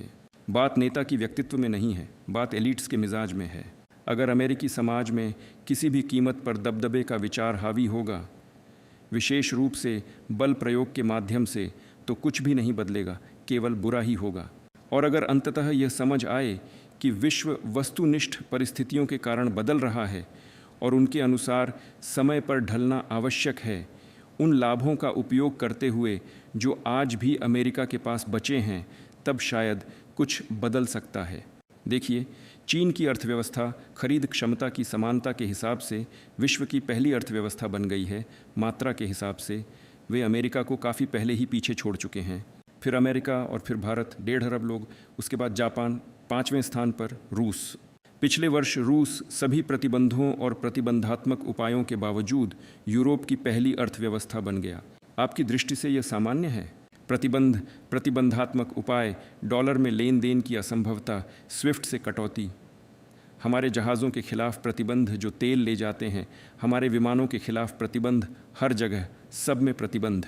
दुनिया में लगाए गए सबसे अधिक प्रतिबंध रूस के खिलाफ लागू किए जाते हैं और हम इस समय के दौरान यूरोप की पहली अर्थव्यवस्था बन गए। अमेरिका द्वारा लागू किए गए उपकरण प्रभावी नहीं हैं। अब सोचना होगा क्या करना चाहिए। अगर यह समझ शासक वर्गों तक पहुंचती है तो हाँ, फिर देश का प्रमुख उम्मीद में काम करेगा कि मतदाता और विभिन्न स्तरों पर निर्णय लेने वाले लोग उससे क्या अपेक्षा रखते हैं। तब कुछ बदल भी सकता है। आप दो विभिन्न प्रणालियों का वर्णन कर रहे हैं। कहते हैं कि नेता मतदाताओं के हितों में काम करता है, लेकिन एक ही समय में कुछ निर्णय शासक वर्गों द्वारा लिए जाते हैं। आप कई वर्षों से देश का नेतृत्व कर रहे हैं। आपके अनुभव से आपको क्या लगता है, अमेरिका में निर्णय कौन लेता है? मैं नहीं जानता। अमेरिका एक जटिल देश है, एक तरफ रूढ़िवादी, दूसरी तरफ तेज़ी से बदलता हुआ। हमें इसे समझना आसान नहीं है। चुनावों में निर्णय कौन लेता है? क्या यह समझा जा सकता है जब हर राज्य में अपनी विधानसभा होती है, हर राज्य खुद नियमन करता है, किसी को भी राज्य स्तर पर चुनावों से अलग कर सकता है? ये एक दो स्तरीय चुनाव प्रणाली है, हमें इसे समझना बहुत कठिन है। बेशक हैं दो पार्टियां जो दबदबा रखती हैं, रिपब्लिकन और डेमोक्रेट्स, और इस पार्टी प्रणाली के भीतर केंद्र जो निर्णय लेते हैं, निर्णय तैयार करते हैं।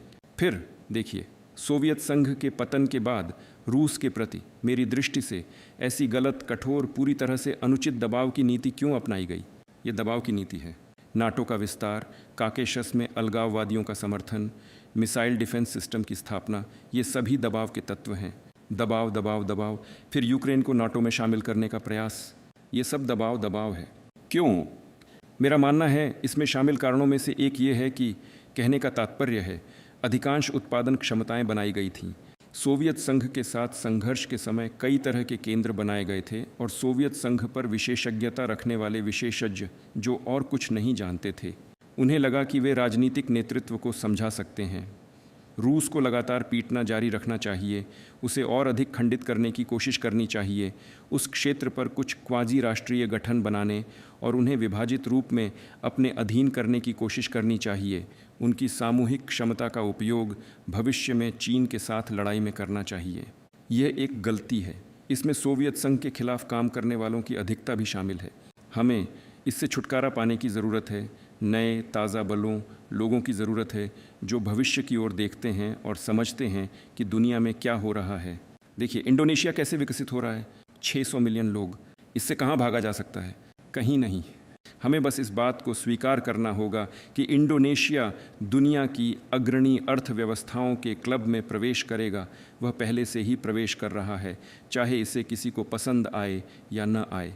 हाँ, हम समझते हैं और इस बात को मानते हैं कि संयुक्त राज्य अमेरिका में सभी आर्थिक समस्याओं के बावजूद फिर भी एक सामान्य स्थिति है और अच्छी आर्थिक वृद्धि है। जीडीपी का 2.5% विकास मुझे लगता है। लेकिन भविष्य को सुनिश्चित करने के लिए दृष्टिकोण बदलने की ज़रूरत है जो बदल रहा है। जैसा कि मैंने पहले कहा, दुनिया वैसे भी बदल जाएगी चाहे यूक्रेन पर घटनाएं कैसी भी समाप्त हों। दुनिया बदल रही है। खुद राज्यों में विशेषज्ञ लिखते हैं कि धीरे धीरे राज्य अपनी स्थिति दुनिया में बदल रहे हैं। आपके अपने विशेषज्ञ लिखते हैं, मैं उन्हें पढ़ता हूँ।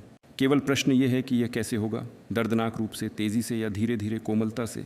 और यह वे लोग लिखते हैं जो अमेरिका के खिलाफ नहीं हैं, वे केवल विश्व में विकास के रुझानों को देखते हैं।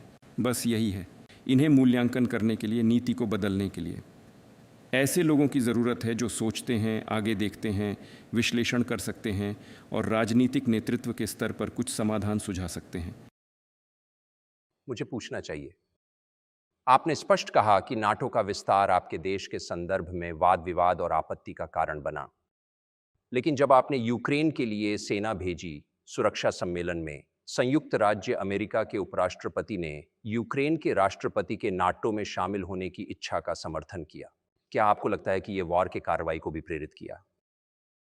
मैं फिर से कहता हूं, हमने बार बार यूक्रेन में 2014 के राजनीतिक पलटाव के बाद उत्पन्न समस्याओं का समाधान शांतिपूर्ण तरीके से ढूंढने का प्रस्ताव किया है, लेकिन कोई हमारी बात नहीं सुनता था और इससे भी अधिक यूक्रेन के नेतृत्व, जो पूरी तरह से संयुक्त राज्य अमेरिका के नियंत्रण में था, अचानक घोषणा की कि वह मिन्स्क समझौतों का पालन नहीं करेगा। वहाँ कुछ भी उन्हें पसंद नहीं आया और उस क्षेत्र में सैन्य गतिविधि जारी रखी और समानांतर रूप से नाटो के सैन्य संरचनाओं ने उस क्षेत्र को आधिकारिक रूप से, जबकि विभिन्न कार्यक्रमों के नाम में प्रशिक्षण और पुनर्प्रशिक्षण के केंद्र के रूप में विकसित किया। वहाँ मूल रूप से बेस बनाए गए थे। यही सब कुछ था। यूक्रेन में घोषणा की गई कि रूसी लोग, कानून पारित किया गया, गैर शीर्षकीय राष्ट्र हैं और उन्होंने ऐसे कानून भी बनाए जो गैर शीर्षकीय राष्ट्रों के अधिकारों को सीमित करते हैं। यूक्रेन जो रूसी जनता से इन सभी दक्षिण पूर्वी क्षेत्रों की उपहार मिली, अचानक घोषणा की कि इस क्षेत्र में रूसी लोग गैर शीर्षकीय राष्ट्र हैं। ठीक है, ये सब मिलकर नतीजा रोकने का निर्णय लिया, जिसे 2014 में यूक्रेन में नई नाजीवादी ने हथियारबंद रास्ते से शुरू किया था। क्या आपको लगता है कि जेलेंस्की के पास इस संघर्ष को सुलझाने के लिए स्वतंत्रता है? मुझे नहीं पता, वहाँ विस्तार है। मुझे स्वाभाविक रूप से अभिकथन करना कठिन है, लेकिन मेरा विचार है कि है। किसी भी हालत में ये हुआ था। उसके पिताजी ने द्वितीय विश्व युद्ध के दौरान नाजीवादियों, फासिस्टों के साथ लड़ा। मैंने उससे इस बारे में बात की। मैंने कहा, वोलोडिया, तू क्या कर रहा है? तो तेरे पिता ने फांसीवाद के साथ लड़ा, तो तू आज यूक्रेन में नाजीवादियों का समर्थन क्यों कर रहा है? उन्होंने कुछ कहा। ये अलग बात है और मुझे लगता है कि ये गलत है, लेकिन मैं नहीं कहूँगा कि उसने क्या उत्तर दिया। ये एक अलग विषय है और मुझे लगता है कि ये अनुचित है। उसके आज़ादी की बात क्यों नहीं? वह तो लोगों की अपेक्षाओं के साथ शक्ति में आया था कि उसने यूक्रेन को शांति की ओर ले जाएगा। उसने यह भी कहा था, इसके द्वारा उसने चुनावों में बड़ी जीत हासिल की थी। वह उम्मीदों पर आया था जिन्हें यूक्रेनी जनता ने रखा था कि वह यूक्रेन को शांति की ओर ले जाएगा। वह ऐसा ही कहता था। उसने इसी के बल पर चुनावों में बड़ी जीत हासिल की थी। लेकिन फिर जब सत्ता में आया, मेरे विचार से उसने दो बातें समझी। पहला, नाजीवादियों और राष्ट्रवादियों से झगड़े नहीं करना बेहतर है, क्योंकि वे आक्रामक और बहुत ही सक्रिय हैं, उनसे कुछ भी उम्मीद की जा सकती है। और दूसरे, पश्चिम जैसे कि संयुक्त राज्य उसे समर्थन करते हैं और हमेशा रहेंगे। जो भी रूस के खिलाफ लड़ता है, यह लाभकारी और सुरक्षित है। इसलिए उसने उचित स्थान लिया, हालांकि यह कहकर कि उसका अपने लोगों से वादा है कि वह यूक्रेन में युद्ध रोकेगा। उसने अपने मतदाताओं को धोखा दिया। क्या आप सोचते हैं कि वर्तमान में 2024 के फरवरी में उनके पास आपकी सरकार से बात करने की स्वतंत्रता है, अपनी देश की मदद करने का प्रयास करने की? क्या वह इसे स्वयं कर सकता है? और ये क्यों नहीं? उसे तो राष्ट्र के प्रमुख के रूप में माना जाता है। उसने चुनाव जीते हैं। हालांकि हम रूस में सोचते हैं कि 2014 के बाद जो कुछ भी हुआ, उसका मूल सत्ता का स्रोत एक सामरिक परिवर्तन है और इस मायने में आज की सत्ता भी कमज़ोर है। लेकिन उसे अपने आप को राष्ट्रपति मानता है और इस रूप में उसे संयुक्त राज्य अमेरिका, पूरी यूरोप और लगभग पूरी दुनिया मानती है। ऐसा क्यों नहीं? वह कर सकता है। हमने तो इस्तांबुल में यूक्रेन के साथ बातचीत की थी, उसे तो पता था। और अधिकांश परामर्शिक समूह के नेता मिस्टर अरहामिया, मेरे ख्याल से उसका नाम, वह अब भी संचालक है शासक पार्टी, राष्ट्रपति की पार्टी की संसद में। उन्होंने अभी तक संसद में राष्ट्रपति के दल की संचालकता की। देश की संसद में उन्हें अभी तक वहां बैठाया गया है। वह उस दस्तावेज पर अपनी प्राथमिक हस्ताक्षर भी कर चुका था जिसके बारे में मैं आपको बता रहा हूं। लेकिन फिर उन्होंने सार्वजनिक तौर पर पूरी दुनिया के सामने कहा, हम इस दस्तावेज़ को साइन करने के लिए तैयार थे, लेकिन तब ग्रहण करने आए जॉनसन जी। वह समय के ब्रिटेन के पूर्व प्रधानमंत्री थे। उन्होंने हमें इसके लिए रोका और कहा कि रूस के साथ लड़ना बेहतर है। वे हमें सब कुछ देंगे ताकि हम रूस के साथ होने वाली टकराव को लौटा सकें, और हम इस प्रस्ताव को स्वीकार कर लिया। उन्हें हमें सब कुछ देंगे ताकि हम रूस के साथ होने वाली टकराव को लौटा सकें, और हम उस प्रस्ताव से सहमत हो गए। देखिए, उसका बयान प्रकाशित हो गया है। उन्होंने इसे सार्वजनिक रूप से कहा। क्या वे इस पर वापस आ सकते हैं या नहीं? ये एक सवाल है। क्या वे चाहते हैं या नहीं? और उसके बाद यूक्रेन के राष्ट्रपति ने एक आदेश जारी किया जिसमें हमसे बातचीत करने को मना किया गया। उसे इस आदेश को रद्द करना चाहिए बस। हमने कभी भी बातचीत से इनकार नहीं किया। हमें हमेशा सुनने को मिलता है, क्या रूस तैयार है? तैयार है। हाँ, हमने इनकार नहीं किया। उन्होंने तो सार्वजनिक रूप से इनकार कर दिया। 9, तो वह अपना आदेश रद्द करें और बातचीत में शामिल हों। हमने कभी भी इनकार नहीं किया। और वह जो कुछ भी पूर्व प्रधानमंत्री जॉनसन जी की मांग या प्रेरणा के अनुसार किया, मुझे लगता है कि यह बेहद अजीब और बहुत वैसे ही दुखद है। क्योंकि जैसा कि अराहमिया जी ने कहा, हम 1 साल पहले तक इस युद्ध को बंद कर सकते थे, लेकिन हमें अंग्रेज़ों ने मना किया और हमने इससे इनकार किया। अब मिस्टर जॉनसन कहाँ हैं और युद्ध जारी है। ये एक अच्छा सवाल है। उसने ऐसा क्यों किया? हाँ, खुद नहीं समझता। सामान्य दृष्टिकोण था। कुछ लोगों के पास ये भ्रांति बनी हुई थी कि रूस को मैदान युद्ध में हराया जा सकता है, अभिमान से और थोड़ी समझदारी के कारण, साफ दिल से, लेकिन बड़ी समझदारी से नहीं।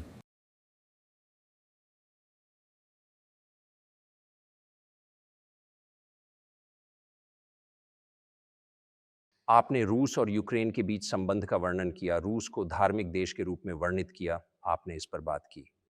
ये आपके लिए क्या मायने रखता है? आप एक ईसाई देश के नेता हैं, जैसा कि आप खुद को वर्णित करते हैं। इसका आप पर क्या प्रभाव होता है?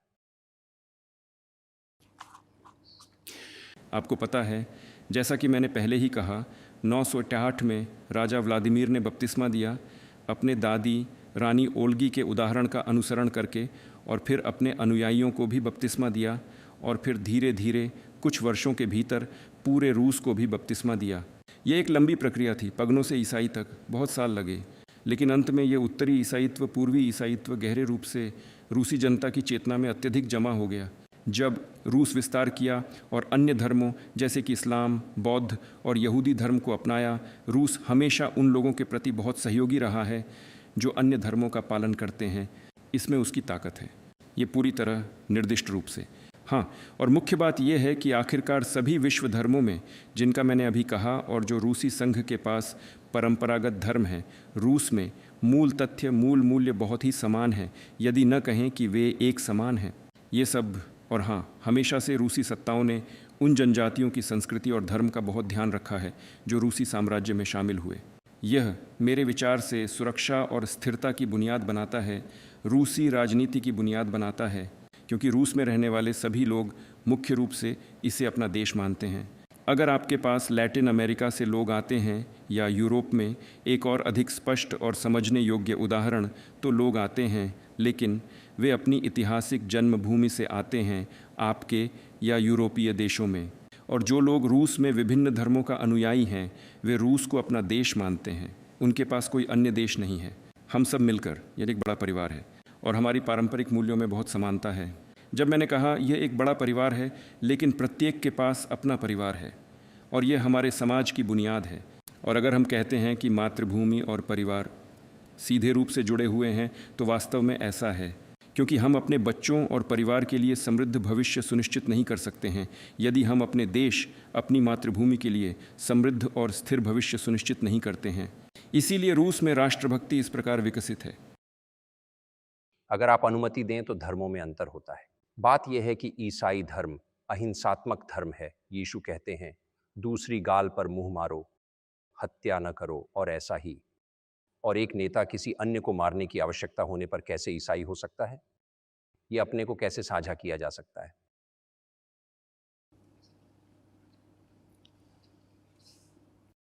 बहुत आसान है। अगर आपकी और आपके परिवार, आपकी मातृभूमि की रक्षा की बात हो, हम किसी पर हमला नहीं करते। यूक्रेन में घटनाएं कहाँ से शुरू हुई? घराना और दोनबास की लड़ाई की शुरुआत से, यहाँ से। और हम अपने लोगों, खुद को, अपनी मातृभूमि और हमारे भविष्य की रक्षा करते हैं। धर्म के बारे में सामान्य बात है, जानते हैं तो ये बाह्य प्रकटियों में नहीं, रोज़ गिरजा जाने या सिर को धरते हुए, वह दिल में है। और हमारी संस्कृति मानवमुखी है। दोस्तोयेव्स्की, जो पश्चिम में रूसी संस्कृति और रूसी साहित्य के जीनियस के रूप में बहुत प्रसिद्ध है, इस पर बहुत कुछ कहा रूसी आत्मा के बारे में। फिर भी पश्चिमी समाज अधिक प्रैग्मेटिक है। रूसी व्यक्ति अनंत के बारे में अधिक सोचता है, अधिक नैतिक आधारिक मूल्यों के बारे में। मुझे नहीं पता, शायद आप मेरे साथ सहमत ना हों, लेकिन फिर भी पश्चिमी संस्कृति अधिक प्रैग्मेटिक है। और ये मूल रूप से, मैं ये नहीं कह रहा कि ये बुरा है, ये आज के सोने के 1 बिलियन को उत्पादन, विज्ञान और इत्यादि में अच्छी प्रगति हासिल करने का अवसर देता है। यहाँ कुछ बुराई नहीं है। मैं बस ये कह रहा हूँ कि हम जैसे एक ही दिखाई देते हैं, लेकिन विचार थोड़ा बहुत अलग है। तो आप मानते हैं कि यहाँ कुछ अलौकिक कार्य हो रहा है? जब आप दुनिया में हो रही घटनाओं पर नजर डालते हैं, क्या आप भगवान के कार्य देखते हैं? क्या आप खुद से कहते हैं कि यहाँ मैं कुछ अधिमानवीय शक्तियों के कार्य देख रहा हूँ? नहीं, मैं ईमानदारी से कह रहा हूँ, मैं ऐसा नहीं सोचता। मैं ये सोचता हूँ कि वैश्विक समुदाय अपने आंतरिक नियमों के अनुसार विकास कर रहा है और वे वैसे ही हैं जैसे हैं। इससे कहीं नहीं भागा जा सकता। ये मानवता के इतिहास में हमेशा से होता आ रहा है। कुछ जनजातियाँ और देश उभरते थे, वे बढ़ते थे, बलवान बनते थे, फिर वे अंतर्राष्ट्रीय अखाड़े से उस तरह उतर जाते थे जिस तरह वे आदत थे। शायद मुझे इन उदाहरणों का उल्लेख करने की ज़रूरत नहीं है। चंगेज़ खान और उनके ततार जीतने वालों से शुरू होकर गोल्डन हॉर्ड और अंततः महान रोमन साम्राज्य तक। मानवता के इतिहास में शायद ऐसा कुछ और नहीं था जैसा ये शानदार रोमन साम्राज्य था। फिर भी जंगली लोगों की शक्ति धीरे धीरे बढ़ रही थी और उनके आघात ने रोमन साम्राज्य तो तोड़ दिया था जब जंगली लोग ज़्यादा बढ़ गए, और इसका मतलब था कि वे बड़े पैमाने पर अच्छे से विकसित हो रहे थे। जैसा कि हम अब कहते हैं, अर्थव्यवस्था में वे बढ़ रहे थे, और वह व्यवस्था जो रोमन साम्राज्य ने दुनिया में थोप दी थी वह टूट गई थी। सचमुच यह ढाना लंबा समय ले गया था, 500 वर्ष। इस महान रोमन साम्राज्य के विघटन की प्रक्रिया ने 500 वर्ष लिए थे। आज की स्थिति से अंतर इस बात में है कि आज बदलाव की प्रक्रियाएं बहुत तेज चल रही हैं बड़े रोमन साम्राज्य के दिनों की तुलना में। लेकिन तब कृत्रिम बुद्धिमत्ता का साम्राज्य कब शुरू होगा? आप मुझे बड़े और बड़े जटिल प्रश्नों में डाल रहे हैं। उत्तर देने के लिए बड़े आंकड़ों के क्षेत्र में, इस कृत्रिम बुद्धिमत्ता के क्षेत्र में विशेषज्ञ होना चाहिए। बेशक मानवता के सामने कई खतरे हैं। जीनेटिक्स के क्षेत्र में अनुसंधान जो सुपरमैन बना सकते हैं, विशेष व्यक्ति, योद्धा व्यक्ति, विज्ञानी व्यक्ति, खिलाड़ी व्यक्ति। अब कहा जा रहा है कि अमेरिका में इलॉन मस्क ने किसी व्यक्ति के मस्तिष्क में चिप लगा दी है। आप इस बारे में क्या सोचते हैं? मैं सोचता हूं कि मस्क को रोकना असंभव है। वह वैसे भी वह करेगा जिसे वह ज़रूरी मानता है, लेकिन हमें उसके साथ समझौता करना होगा। हमें कुछ तरीके ढूंढना होंगे उसे मनाने के। मुझे लगता है वह एक बुद्धिमान व्यक्ति है, यानी मैं इस बात को मानता हूं कि वह एक बुद्धिमान व्यक्ति है। हमें उसके साथ बातचीत करनी होगी कि इस प्रक्रिया को विधानसार बनाने की आवश्यकता है, कुछ नियमों का अधीन बनाना है। मानवता को वाकई सोचना चाहिए उसके बारे में कि यह नवीनतम अनुसंधान और प्रौद्योगिकियों के विकास के साथ जीनेटिक्स या कृत्रिम बुद्धिमत्ता में उसके साथ क्या होगा। आप लगभग अनुमान लगा सकते हैं कि क्या होने वाला है। इसलिए जब मानवता ने न्यूक्लियर वेपन के सामर्थ्य से अपने अस्तित्व के खतरे को अनुभव किया, तब न्यूक्लियर वेपन के सभी धारक ने एक दूसरे के बीच समझौते शुरू कर दिए, क्योंकि उन्हें पता था कि उनका असतर्क उपयोग पूर्ण सर्वनाशक विनाश का कारण बन सकता है।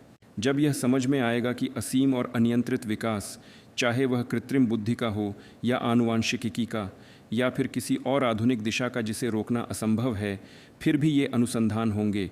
जैसे कि मानवता से यह छिपाना असंभव था कि बारूद क्या है, और इसी तरह किसी भी क्षेत्र में अनुसंधान रोकना असंभव है। ये अनुसंधान फिर भी होंगे, लेकिन जब मानवता खुद के लिए एक खतरा महसूस करेगी, मानवता के लिए एक समग्र रूप से, तब मुझे लगता है एक अवधि आएगी जब अंतर्राष्ट्रीय स्तर पर समझौता करने का समय आएगा इस बारे में कि हम इसे कैसे नियंत्रित करेंगे।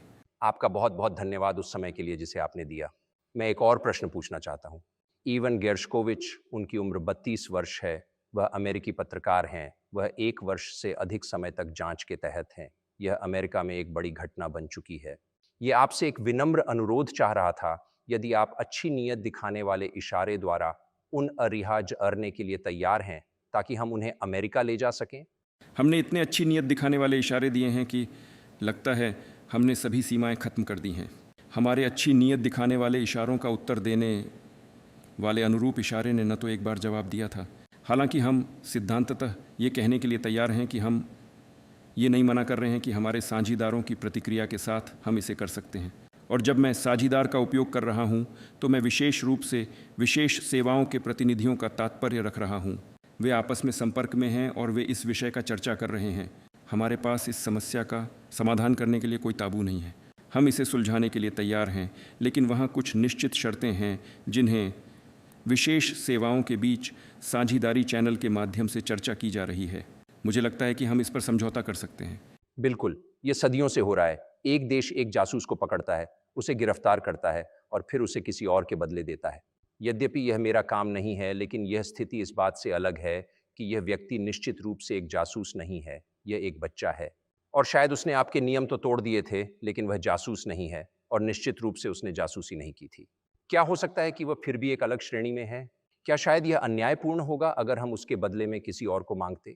आप जानते हैं, आप चाहें जैसे बहस करें कि जासूस क्या होता है और जासूस क्या नहीं होता है, लेकिन कानून द्वारा निर्धारित कुछ चीज़ें होती हैं। अगर कोई व्यक्ति गुप्त जानकारी प्राप्त कर रहा है और वह इसे गुप्त रूप से कर रहा है, तो इसे जासूसी कहा जाता है। यह वह वास्तव में था जिस व्यक्ति के साथ वह व्यापार कर रहा था। वह एक बंद गुप्त जानकारी प्राप्त कर रहा था और वह यह गुप्त रूप से कर रहा था। मुझे नहीं पता, शायद उसे इस बात में उलझाया गया था, किसी ने उसे इस बात में उलझा दिया था, या शायद उसने यह बात बेपरवाही या अपनी इच्छा अनुसार खुद दी थी। लेकिन वास्तव में इसे जासूसी कहते हैं और सब कुछ साबित हो चुका है क्योंकि उसे इस जानकारी को प्राप्त करते समय पकड़ा गया था। अगर ये कुछ बनावटी बातें होती, कल्पित, असिद्ध, तो ये एक अलग कहानी होती। उसे तब पकड़ा गया था जब वह गुप्त जानकारी एक षड्यंत्री तरीके से प्राप्त कर रहा था। तो ये क्या है? फिर एक बार दोहराता हूँ।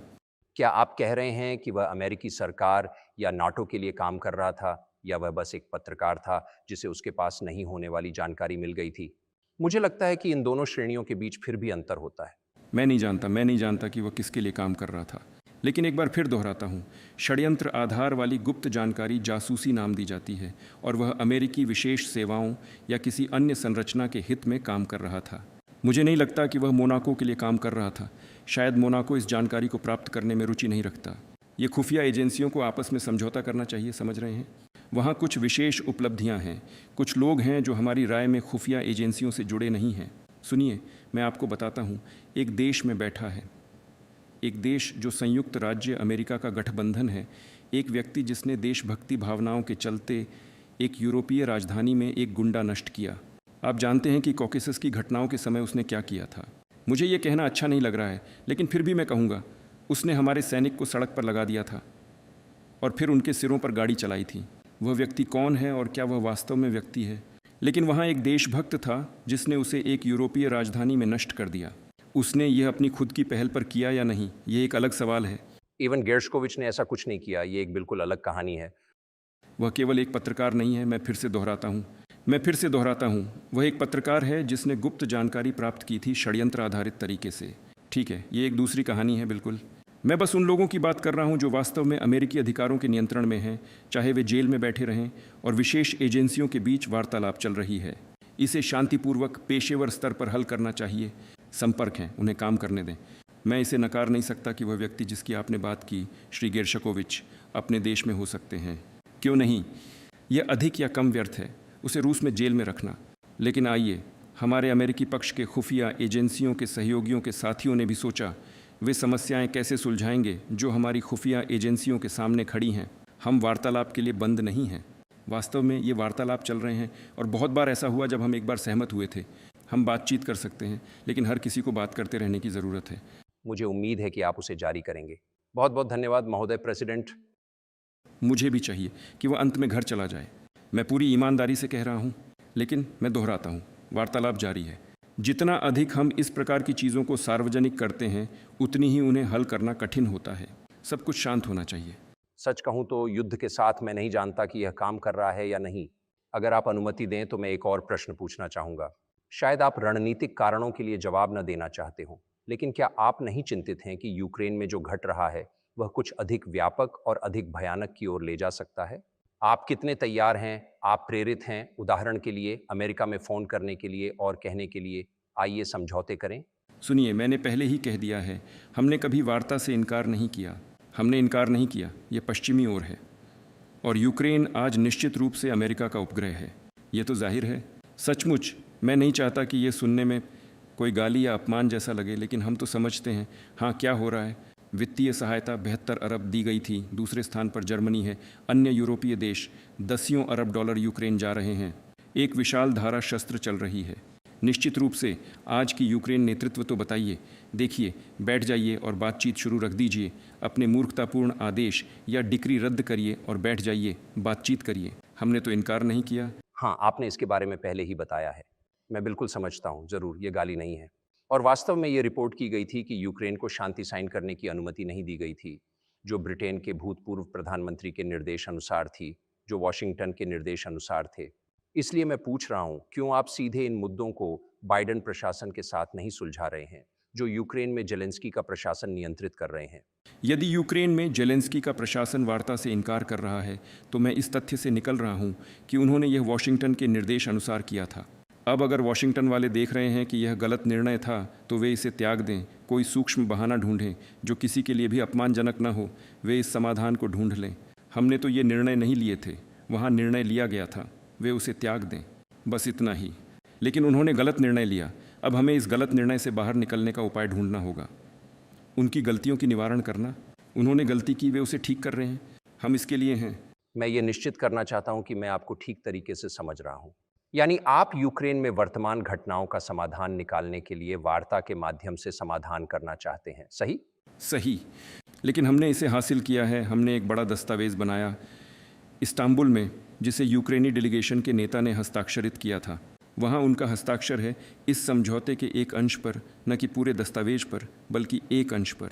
उन्होंने अपना हस्ताक्षर लगाया और फिर उन्होंने यह भी कह दिया था कि यदि उन्होंने यह दस्तावेज़ दस्तखास्त दिया तो यह युद्ध अब तक ख़त्म हो चुका होता, लगभग 1.5 साल पहले।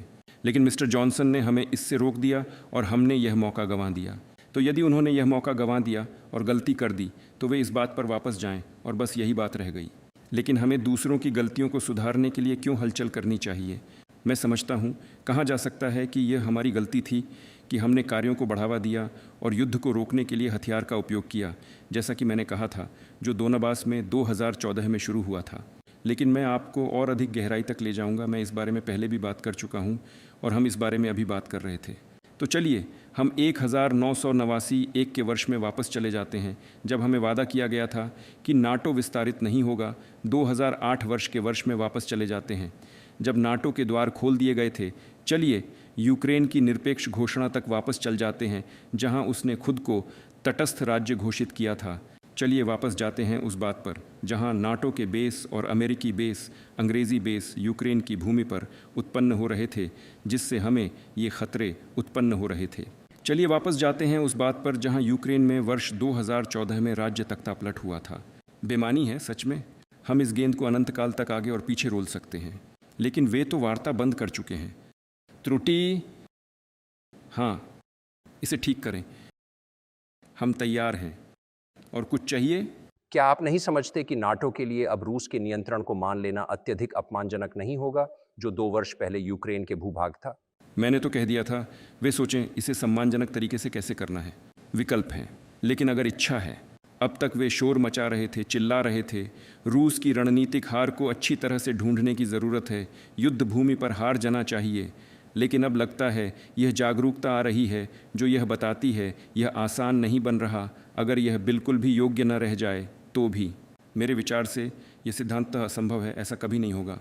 मुझे लगता है अब ये बात उन तक भी पहुंच गई है जो पश्चिम में शासन कर रहे हैं। लेकिन यदि यह सच है और यदि यह समझ आ गई है तो अब सोचिए कि आगे क्या करना है। हम इस वार्तालाप के लिए तैयार हैं। क्या आप तैयार हैं कहने के लिए, उदाहरण के लिए नाटो, बधाई हो, आप जीत गए, आइए हम यह स्थिति उस रूप में रख दें जैसे यह अब है?